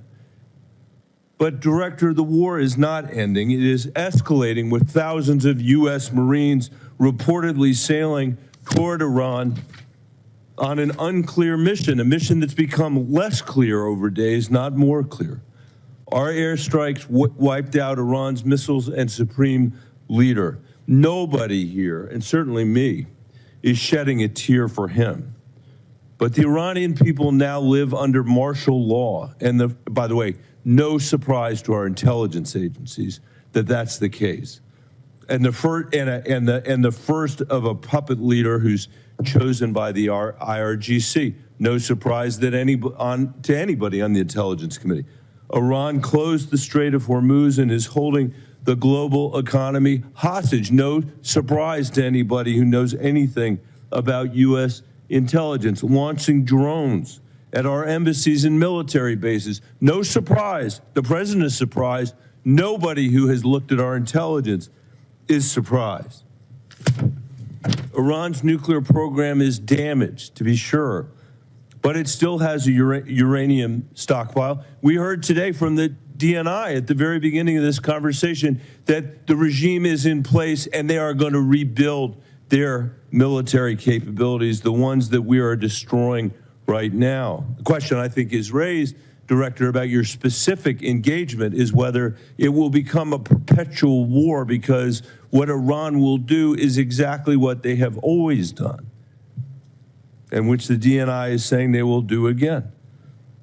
In its briefings to the committee, the Intelligence Committee has been clear-eyed about what would happen in the Straits of Hormuz, has been clear-eyed about whether or not our military bases, our embassies, and our personnel in the region would be placed at risk and in harm's way, even though the administration did very little to protect them. I know, Director Ratcliffe, that you warned President Trump that if Israel assassinated the supreme leader, the IRGC would replace him with potentially a harder line puppet. In fact, I think what was clear is that the likelihood was that it would be a hard line puppet. Do you disagree with that characterization of the intelligence? To that specific question, what we knew was, first of all, I guess I have to address up front, so much of what you related in there, the difference between political rhetoric versus... Not political rhetoric. I'm quoting the President of the United States. Political rhetoric versus military... Director, I'll difference between that and military and... So shut up, bitch! Here's the most important thing. You mischaracterized this as saying there aren't clearly defined goals. The defined goals are very clear. Degrade and destroy the missile inventory and drone inventory, delay and degrade the military industrial base and factories that produce that, degrade and destroy the IRGC Navy that could control the Strait. These are all defined goals that were set out specifically. The premise of the question... Chairman, I can't get a word in edgewise. He won't answer the question, and then he's taking a minute of my time. You're both big boys. You can handle it yourself. Okay, well, Director, I agree that you are, and I appreciate what you're saying. And I'm not... My point is not what your characterization of the war is. My point is what the characterization, the Commander-in-Chief. I'm not asking you anymore, Mr. Director. I'm sorry, because I'm out of time because of how you use the time. The complete lack of clarity should matter to everybody. President Trump, most of all, he is the person that got elected on the criticism that we had fought 2 wars in the Middle East that had lasted for 20 years. And now we're hearing the testimony is to get their ballistic missiles, to not even get to the nuclear stuff, we're going to have to be in a perpetual war with Iran. And I don't think that's where the American people are on this. This is a serious threat. This is a serious threat to us and to Israel. The question is how to handle it. And President Trump said, we are not the policemen of the world. He ran on that. And now he's turned us into the world's policeman, into its jury, into its judge, into its executioner. And just because we have the most advanced military in the world Senator's time. So shut up, bitch. Be in a perpetual Senator Bennett, war your time has all around expired. the world. Thank you, Mr. Chairman. Senator Rounds. Thank you, Mr. Chairman. I'd like to maybe follow up a little bit this same line of questioning, but I want to do it in a little bit different manner. I've had the opportunity, like all of the other members on this committee, to see the threats that we discuss regularly in the classified settings.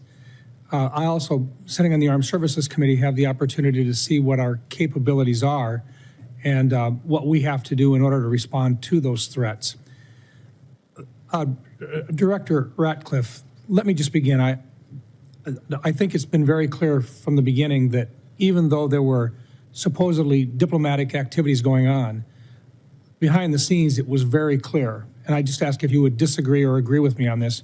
It was very clear that Iran, while they were talking, they had no intentions of following through diplomatically with eliminating any of their nuclear aspirations, correct? Senator, that's correct. And in the classified session, we can go into detail, but you've characterized it right. Diplomatically, they were saying one thing. The intelligence was reflecting quite the contrary. Okay.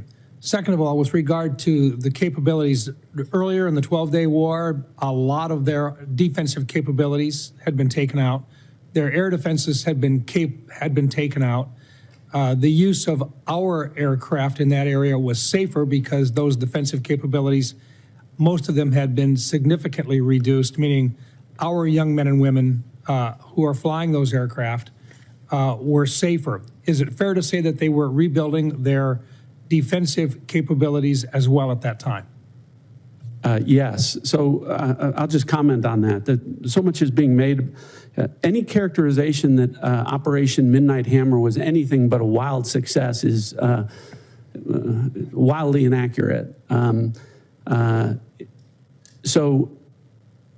a result of Operation Midnight Hammer, at the time of that, in the preceding 4 years, as is well documented and admitted to by the Iranians, they enriched uranium at least 440 kilograms at 60% for use that could be used for weapons grade to deliver a nuclear weapon. As a result of Operation Midnight Hammer, we sit here today with Iran having exactly the same amount of enriched uranium to 60%, meaning they have been unwilling and incapable of enriching uranium to 60% as a result of Operation Midnight Hammer. Okay, and let me go on because I think this is an important part of this. You also have to have a way of delivering a weapon. It's fair to say that they have short-term and intermediate range ballistic missile availability today. Were they building additional short-range and mid-range?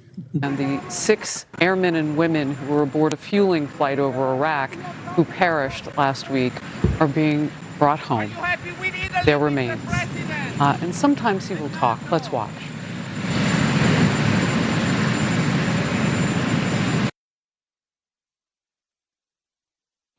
Were they building their offensive capabilities while they were?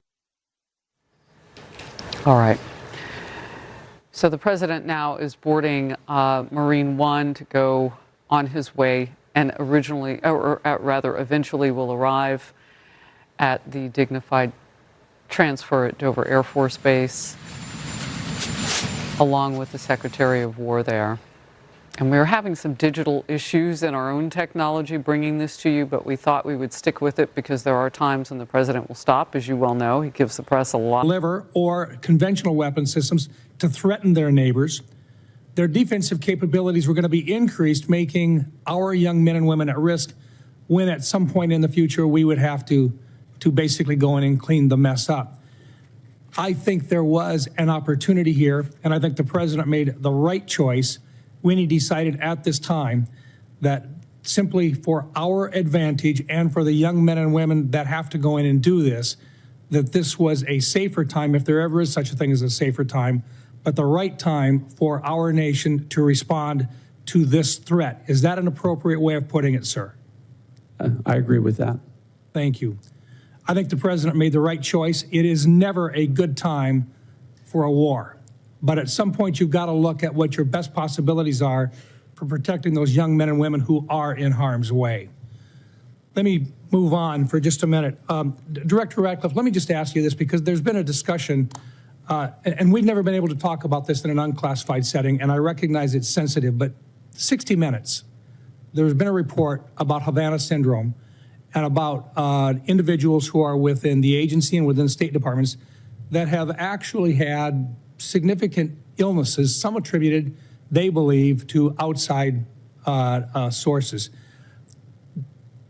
I don't think we have been able to, in an unclassified setting, at least acknowledge that we take these issues seriously. Is there anything you can share in this unclassified setting to assure the people of the State Department and your agency that this is not something which is being ignored? Thanks for the question. I can. I appreciate the opportunity to address that. Yes, we have to be careful about what we can say, and we can go into further detail in the classified session. But this is something that when I became the director, as you're aware, Senator, there are disparate opinions across the IC about what the cause of these AHIs may or may not be. Otherwise known as Havana syndrome. Well, Havana syndrome, yeah, or AHI. And the question of whether or not they could be the result of a directed energy weapon from a foreign adversary. So when you, having been the DNI, understanding the role of the DNI is to coordinate across the IC when there are disparate opinions among agencies. Director Gabbard and I had a conversation where she agreed that she would undertake a comprehensive review of that issue across the IC to make sure that it is getting the attention that it deserves. And I know that she has undertaken that and will be able to brief you in further detail in the classified session. Thank you. And one last thought, this is only a comment, but to General Hartman, your time in service has been very, very special. Working with you on the Cyber Security Subcommittee of the Armed Services Committee, I commend you for everything you have done. You are truly a hero, and you have served your country very, very well. Thank you for your service. Thank you, Senator. Thank you, Mr. Chairman. Senator Kelly. Thank you, Mr. Chairman, and thank you for being here today to all of our witnesses. So for more than a decade, the United States has tried to make a pivot to Asia in its national defense strategy in order to confront significant threats from China. For years, administrations of both parties have identified China as the top threat facing our country and worked to build relationships across Asia and deter Chinese aggression. At the same time, we have bolstered our European allies and asked them to contribute more to their defense to deter Russia. Directors Gabbard and Ratcliffe, would you agree that China and Russia are our primary geopolitical rivals? Director Gabbard. Yes, they are our primary strategic competitors. Thank you. Director Ratcliffe? I would agree with that, although I don't think they're equal in terms of the threats that they pose. Thank you. So that brings us to the war with Iran. So this has created one of the largest ever supply shocks to the global oil supply, which has sent gas prices skyrocketing for Americans. But not everybody is losing. Directors Gabbard and Ratcliffe, is it accurate that Russia has gained billions of dollars in additional oil revenue due to price spikes as a result of the war and loosened sanctions? Director Gabbard. That is what has been reported. I'd defer to the Director of Secretary of Treasury and Energy on that front for details. Director Ratcliffe. Yeah, I'm not an economist, not going to try and do those calculations. But as I talked about earlier, sometimes there are decisions made that will benefit adversaries at the same time policymakers think that it will benefit the American people. It's clear, I think we'd all agree that sanctions were loosened, and that means more money into the coffers of Vladimir Putin. Would you agree that if he has more funding, he is likely to put that to his war effort against Ukraine?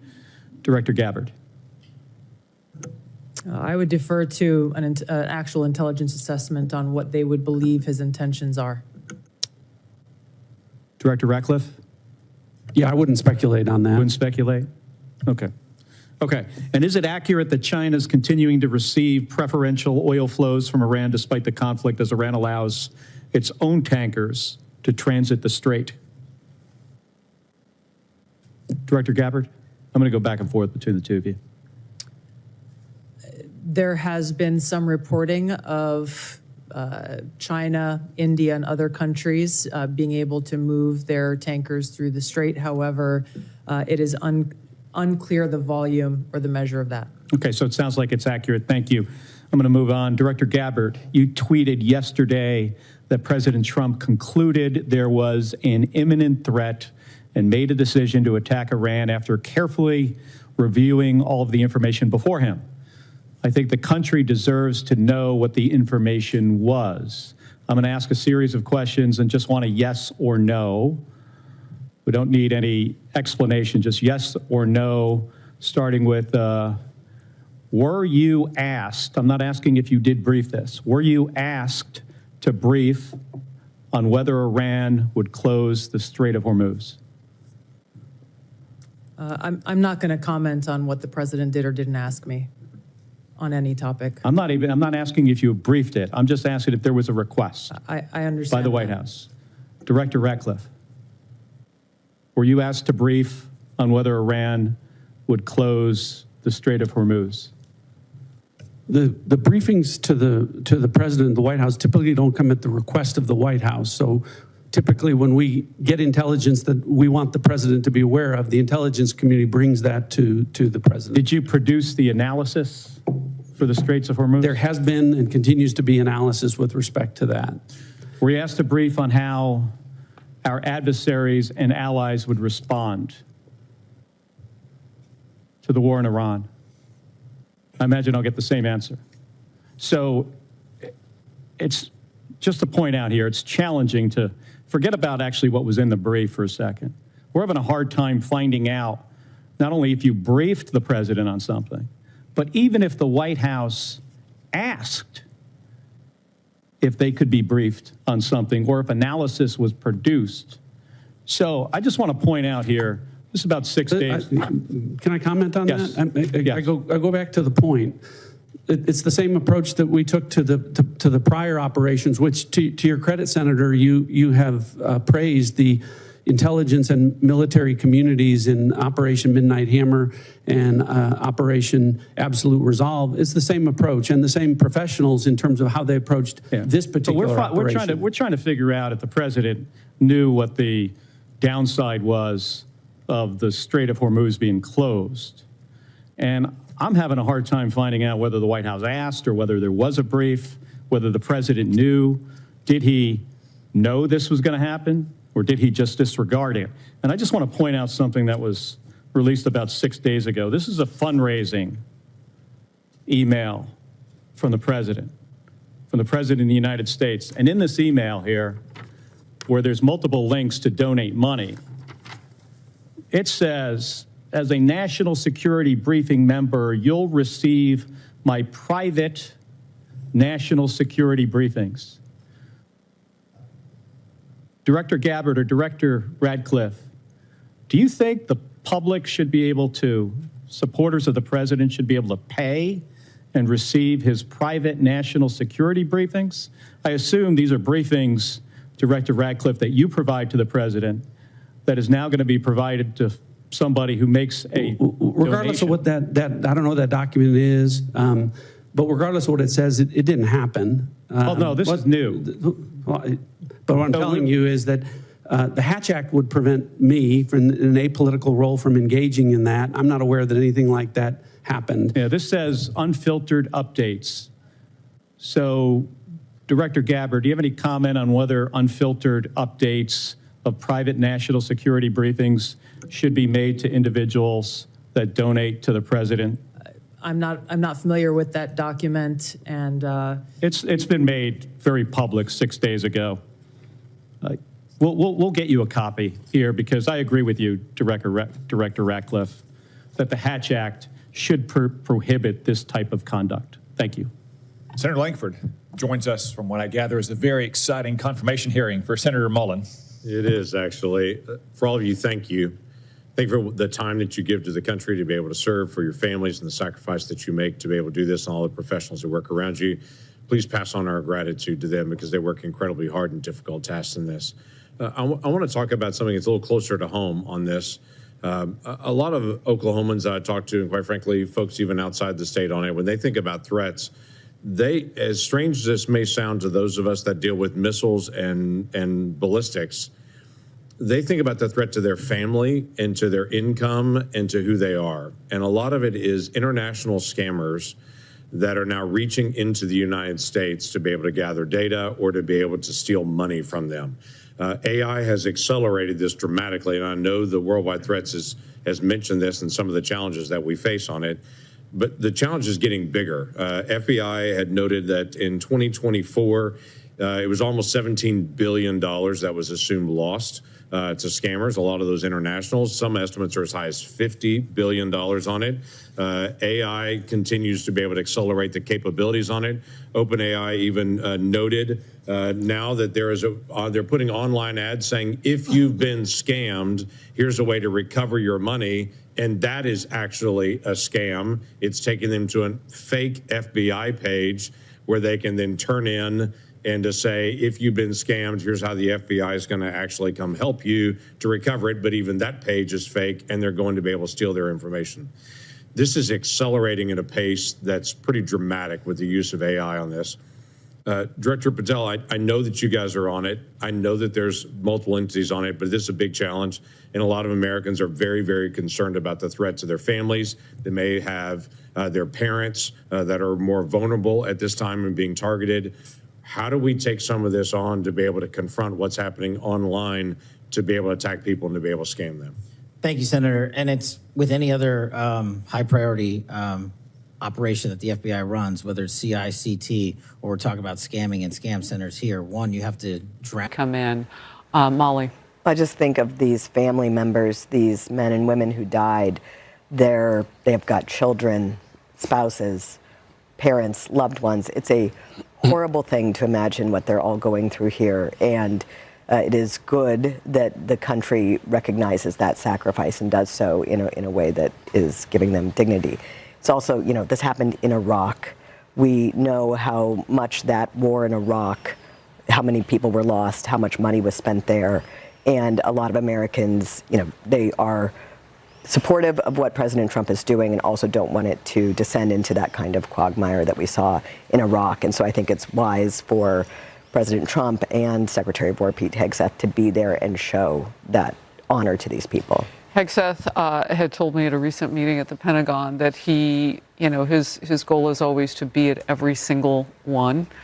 And what we pray for as a country is that there won't be many, and we certainly support those families. And please wipe me off the screen. Let's put those young men and women who died in this, let's put their names and their pictures back up. We talk a lot about the war in terms of the enemy, but these are the heroes. These are the people who go so far in the name of our nation to carry out the spirit and the best of who we are in both our freedom and in our wish for freedom for other people. And in this journey, it is to perhaps win a space for the people of Iran to step up into their own freedom. We cannot do it for them, but we can be part of the solution in terms of making it possible. So Operation Epic Fury, along with Israel's Operation Roaring Lion, those two forces are doing this in concert. Our objectives are different. But the methods have been very successful into helping to make not just that region, but those of us who know that that country of Iran wishes us existential harm. They want to wipe us off the face of the map, both Israel and America. And what their neighbors are finding out is that they'll take them out too. And they have killed and destroyed so much in the Middle East, just shooting and firing drones and ballistic missiles in every direction as that regime falls. And I don't know if you can ever say winning when it calls for loss of life, but they are definitely losing. The President of the United States now headed to a dignified transfer for, on the right side of your screen, those airmen killed in Iraq. And our prayers and our thoughts are with their families now. And we always stay perched, ready for the president to say any word at this moment. But meanwhile, we will watch. Arthel. You know, Harris, when we see these images here, having the President of the United States there for this dignified transfer to bring some sort of solace to those families. And I think that this is what we should all focus on, their sacrifice, the ultimate sacrifice, but also this is who we are. And when we look at it from that lens, we should be reminded of that and never forget that we are all Americans, and we should really somehow find a space to stop it with the political backbiting and infighting. The president there giving his signature fist bump to America there as he gets on to Air Force One. And its acts of terrorism. And is there something that we need to do here to be able to make sure that we're protecting Americans in the threat? Senator, I think with regard to the Muslim Brotherhood abroad, we view that just as we do other proxies across the Middle East, the Houthis and other groups. And I can relate to you that the CIA is very focused on the counterterrorism front. You weren't here before. Right.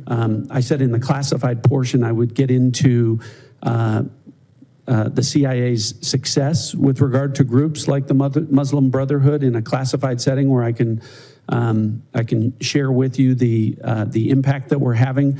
But and across the board with regard to terrorist groups and our counterterrorism activities, I can publicly characterize it as saying we've accomplished more in the last year than in the 4 years of the prior administration combined. So hopefully it gives you some measure of comfort about how we're approaching things and the effectiveness that we've had in the last year in that regard. And I look forward to getting into detail in the classified portion. Look forward to that. Thank you. Senator Reid. Thanks very much, Mr. Chairman. Ladies and gentlemen, thank you. The Washington Post reported earlier this week, in their words, the U.S. intelligence assessments say Iran's regime likely to remain in place for now, weakened but more hardline, with the powerful Islamic Revolutionary Guard Corps security forces exerting greater control. Director Gabbard, do you stand by that reported intelligence community assessment? I don't stand by any leaked so-called intelligence to the media. I do stand by the intelligence community's assessment that was included in the annual threat assessment that speaks directly to this issue that as of this moment, the regime maintains power within Iran, even though they are vastly degraded on almost every front. Do you think that the killing of the Ayatollah and his wife and other family members and key people contributed to the picking of a hardline successor? Senator, the intelligence community's assessment has pointed to a number of different scenarios that went into play with the selection of the successor. The details of that we can discuss in a closed hearing with regard to the intelligence reporting. Is the regime in Iran now trying to promote the deceased Ayatollah as a martyr who should be followed, and does that help them consolidate support? Senator, the Iranians are certainly using that as a call to action. The effects of that from an intelligence standpoint remain to be seen. There is a tradition in Shia, though, to honor martyrs. One of their greatest celebrations is the martyrdom of the grandson of Muhammad. Is that correct? That's right. So we might have played into their cultural biases erroneously. General Adams, What conditions do you assess would need to be present to make the regime collapse? Wait, hold on, hold on. So you're telling me, that this guy is saying, you know, they strike back if you hit one of theirs, so maybe we shouldn't bother them. That's pretty much what he just said. You're aware that if you like take out a mullah's son, even if he's gay, they're gonna strike back at you. Yeah, they talk about like that all the time. Well, maybe we shouldn't bother them and the bad mullah guys will go away. That's what he actually just said. Oh, my gosh. Effort. They've been articulated earlier in the hearing, so I won't hammer on those. But with regards to the collapse of the regime, specific perpetuation, like what would precipitate that, we would like to, I would prefer to talk about that in the classified hearing. Well, I understand, but there's a very basic question here. Will air power alone be able to destroy this regime, given the culture, the politics, the temperament of these people? The Iraq-Iran war lasted for 8 years with 1 million casualties. Do you think air power alone will do it? Senator, the capabilities that our joint force brings to bear can accomplish many missions. To forecast exactly what can and can't accomplish this goal, I prefer not to guess or prognosticate on that. Well, I'll recognize your professional position. U.S. Special Envoy Steve Witkoff recently stated that Russian leaders told Trump on a call that they were not sharing intelligence with Iran. Witkoff said, quote, "We can take them at their word." Director Gabbard and Ratcliffe, do you take President Putin at his word? I'll go ahead and answer. No, I don't take Vladimir Putin at his word. Are they providing intelligence to the Iranians? Well, we talked about this before. Yes, in the classified session, what we can go into is that the Iranians are requesting intelligence assistance from Russia, from China, and from other adversaries of the United States, and whether or not those countries are is something we can talk about in the classified portion. But you've made an assessment. You've analyzed traffic communications, and you can... I know the answer and happy to discuss that with you in the classified portion. Yes, sir, go ahead. Go ahead. Thank you. One of the aspects of this is the collateral effects, particularly in Russia and Ukraine. We were just talking about Russia probably or possibly providing intelligence, maybe interfering or inflicting casualties on our forces. Russia is also benefiting from the lifting of sanctions on their ability to sell oil throughout the world. I heard one estimate of a $20 billion surge in their potential revenues. Ukraine, on the other hand, is facing perhaps a disrupted supply chain of missiles and other equipment because they're being devoted to this operation. So, General Adams, can you just give me your impression of the effect of the battle on Russia and Ukraine at the moment, of this battle? Well, from our collections, the effect of the epic fury on the Russian-Ukrainian battle has been indirect, not direct.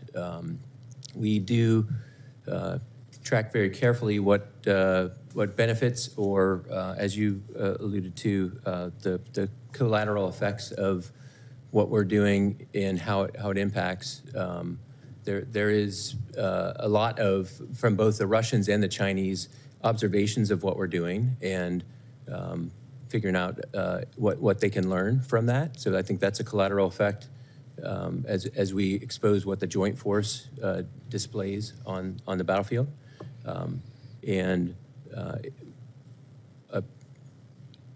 I think we can talk in a little more detail as we move to the classified session, some of the things that we're collecting specifically about what those effects are. Thank you very much, sir. Thank you, Mr. Senator Chairman. Ossoff. Thank you, Mr. Chairman. Thank you all for being here. Before I ask you a few questions, I want to call everyone's attention again to this fundraising email signed by the president that Senator Kelly mentioned earlier, in which the President of the United States invites his campaign donors to, quote, claim your spot,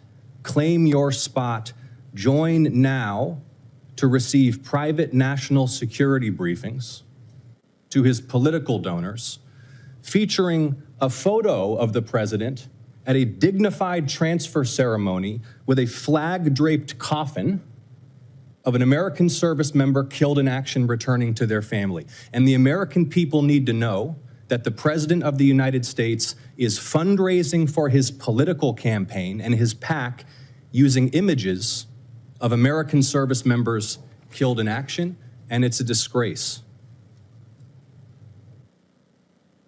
Now, Director Gabbard, I'd like to reground this in your core responsibilities. Under the law, you are responsible for providing national intelligence to the President, correct? Yes. And to the heads of executive branch departments and agencies, yes? Yes. And to the chairman of the Joint Chiefs and senior military commanders? Across the IC, yes. And to the Senate and the House and relevant committees, correct? Yes. And the law states that the national intelligence you provide to Congress, quote, should be timely, objective, and independent of political considerations, correct? Yes. And you noted in your opening statement you're here fulfilling a statutory responsibility and that your testimony, quote, represents the IC's assessment of threats, That's right. correct? That opening statement, as submitted to the committee in advance of this hearing, stated that as a result of last summer's airstrikes, quote, Iran's nuclear enrichment program was obliterated, end quote, correct? That's right. And is that in fact the assessment of the intelligence community? Yes. So the assessment of the intelligence community is that Iran's nuclear enrichment program was obliterated by last summer's airstrikes. Yes. In the opening statement you submitted to the committee last night also stated, quote, there has been no effort since then to try to rebuild their enrichment capability, end quote, correct? That's right. And that's the assessment of the intelligence community. Yes. The White House stated on March 1st of this year that this war was launched and was, quote, a military campaign to eliminate the imminent nuclear threat posed by the Iranian regime, end quote. That's a statement from the White House. Quote, the imminent nuclear threat posed by the Iranian regime. Was it the assessment of the intelligence community that there was an imminent nuclear threat posed by the Iranian regime? The intelligence community assessed that Iran maintained the intention to rebuild and to continue to grow their nuclear enrichment capability. Was it the assessment of the intelligence community that there was a, quote, imminent nuclear threat posed by the Iranian regime, yes or no? Senator, the only person who can determine what is and is not an imminent threat is the president. False. And This he is the made that worldwide. This is the determination. worldwide threats hearing where you present to Congress national intelligence, timely, objective, and independent of political considerations. You've stated today that the intelligence community's assessment is that Iran's nuclear enrichment program was obliterated and that, quote, there had been no efforts since then to try to rebuild their enrichment capability. Was it the intelligence community's assessment that nevertheless, despite this obliteration, there was a, quote, imminent nuclear threat posed by the Iranian regime? Yes or no? It is not the intelligence community's responsibility to determine what is and is not an imminent threat. Okay. That is up to Here's the the president problem. based on a volume No, of it is information precisely that he receives. it is precisely your responsibility to determine what constitutes a threat to the United States. This is the worldwide threats hearing where All right, so I'm going to jump in and pause that real quick because he's lying. He's 100% lying. The intelligence community can make an assessment, they can advise, they can give their opinion, they can show data, they can give him briefs. It is 100% the discretion of the commander-in-chief, also known as the president, to decide what is and what isn't a threat. The reason why I wanted to jump in here is I know exactly what this snake is doing. This snake is trying to say that the president doesn't have the authority to declare in his sole discretion what a threat to America is. Ergo, when he said the Save America Act will indeed be law one way or the other is exactly that. He's going to declare that the elections are a national emergency and that there's a threat. And they're trying to basically carve out, no, you can't do that. When that's exactly what the law says and what the Constitution says. So don't listen to this. This is where they're trying to spin it. This is where they're trying to make it sound like something else. Man, these people are snakes. Assessment of threats. You are here to represent the IC's assessment of threats. That's a quote from your own opening statement. And so my question is, as you're here to present the IC's assessment of threats, was it the assessment of the intelligence community that, as the White House claimed on March 1st, there was a, quote, imminent nuclear threat posed by the Iranian regime? Yes or no? Once again, Senator, the intelligence community has provided the inputs that make up this annual threat assessment. You won't answer the question. It is the nature of the imminent threat that the president has to make that determination based on a collection and volume You're here of to be information and timely. intelligence that he is provided with. You're here to be timely, objective, and independent of political considerations. Exactly what I'm doing. No, you're evading a question because to provide a candid response to the committee would contradict a statement from the White House. Let me ask you about your presence in Fulton County. Way to go, Tulsi. On January 28th of this year. You were present at the FBI's raid on the Fulton County Elections Office on January 28th, correct? I was present for part of the FBI exercising a warrant approved by a municipal judge. Yes, and the FBI was there executing that warrant to seize ballots and materials associated with the 2020 election, correct? Yes. And are you aware that members of this committee have already opened inquiries into your election-related activities? Yes. And are you aware that your general counsel and deputy general counsel have already provided testimony to this committee regarding those activities? Yes. On February 2nd, you sent a letter to Senator Warner regarding your presence at the raid. Was that letter accurate? I don't recall the exact date, but if I sent a letter that had my signature, it was accurate.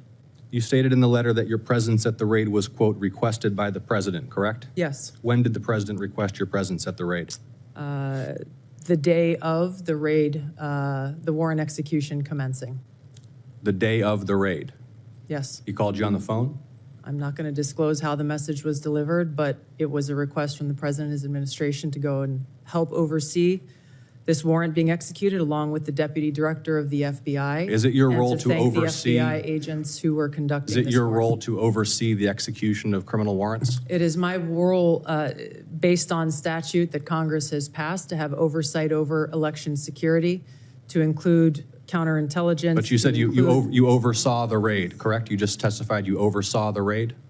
Portions of it. Okay. Did you handle any ballots or election-related materials? No. You were inside an FBI evidence truck, correct?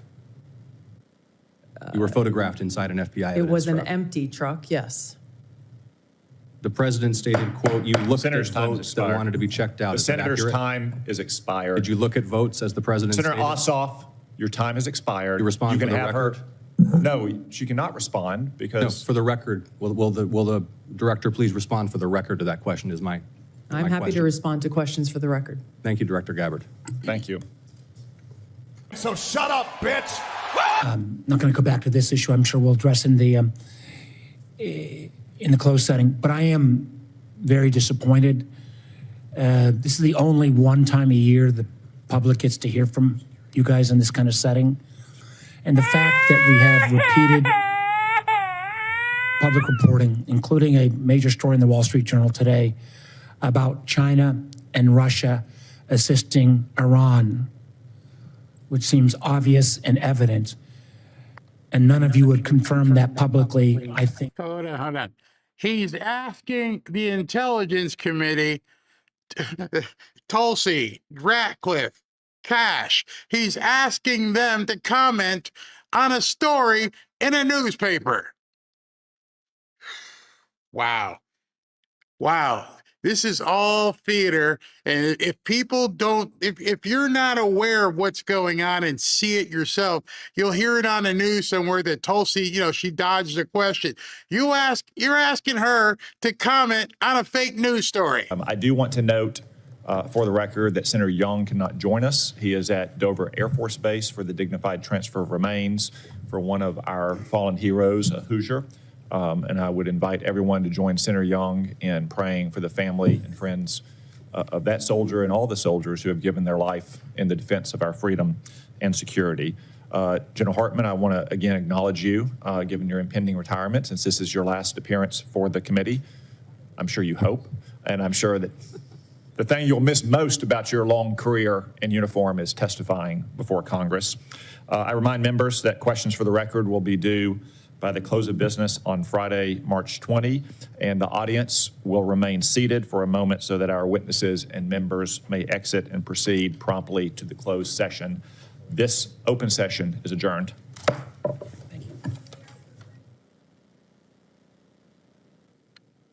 All right, so that went about 2.5 hours of complete BS in terms of what they went back and forth. I told Ashley, I'm like, I'm not sure if I'm going to cover much more of this kind of stuff because nothing happens. It's a complete, in my mind, it's a complete waste of time because the good stuff is about to happen now when they go behind closed doors and have the secret, double top secret thing, which I'm sure Adam Schiff and other people will go ahead and just put out there. I'm waiting to see if they're going to show the dignified transfer. Probably not, because that would make it a little bit less dignified. So it's 2:30 right now. There's still so much news. I mean, so I'm going to go and we're going to do a regular news story. I'm not going to wait till 7 o'clock. Well, maybe it might give me enough time to rest and have lunch and everything.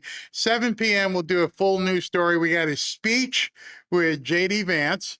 We've got 2 appearances by Caroline Leavitt this morning, which I want to bring to you. By then, maybe they've released a video of the dignified transfer, and we'll have all of that tonight at 7.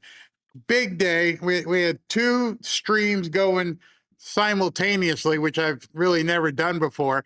And on top of that, in about an hour, Jerome Powell and the Federal Reserve is about to stick it to America yet once again. Everyone's wondering, is he going to lower the interest rates? No, he's not going to. I would be absolutely shocked if Jerome Powell lowered the interest rates. They want to screw Trump and America as much as they possibly can. It's insane at this point what they've been doing. So 7 p.m. full show, and we'll get to that tonight. And I think that's about it for today. I'm looking all around here, but if they do the dignified transfer and I can cover it, then I'll do it tonight and I'll include it in tonight's show. Along with J.D. Vance's speech and what else do we got? I'm sure something will come up. I know the media is it just can't wait to say something. We got a couple super chats to acknowledge James Hammond because of the abuse of FISA. Don't approve it. And Petty McCorder, as for the Iranian people being under martial law, that's false. They are not. The IRGC mows them down in the streets. The IRCG says they aren't yet they have cut the people off from the internet. Yes, that's another thing that happened today, is that they have no internet over there as well. It's amazing how these people just seem to just kowtow to a terrorist nation, not a single terrorist, an entire nation that wants Americans dead. Well, maybe we shouldn't have poked it. If we don't bother them, they won't bother us. Spoken like a true cuck. See you guys tonight. Fanfare family. Wrong video. I'm B-Bonk Nation.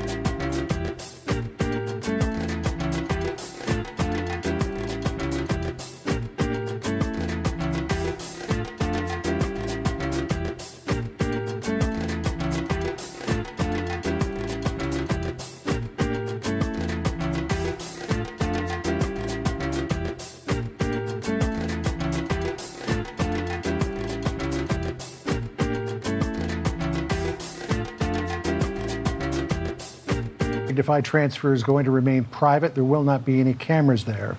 So unlike we have seen in the past, we will not see scenes of the president welcoming the heroes back home.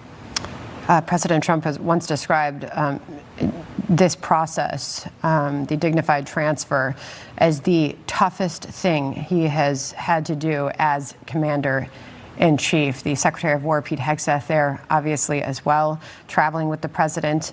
It was all 6 crew members on board the KC-135 Air Force refueling aircraft that were killed last week, John, in that plane crash over territory in western Iraq while supporting operations against Iran. All of these precious lives, these individuals were from Alabama, Indiana, Kentucky, Ohio, as well as Washington State, John. Yeah. Any chairman of the Joint Chiefs of Staff, any president will tell you that the most difficult part of the job is writing letters of condolence to the families. And so there we see the Secretary of War, Pete Hegseth, the Speaker of the House, Mike Johnson, along with the president and several other members of Congress who were attending as well. It really is one of those moments as a president that weighs very, very heavily on your heart. And you can imagine how it weighs on the hearts and minds of the family members of these brave American heroes. Again, in a time of conflict, this is what can happen. And a grateful nation gives these 6 its most heartfelt thanks for their last measure of devotion. It is the bad part of war, undoubtedly, as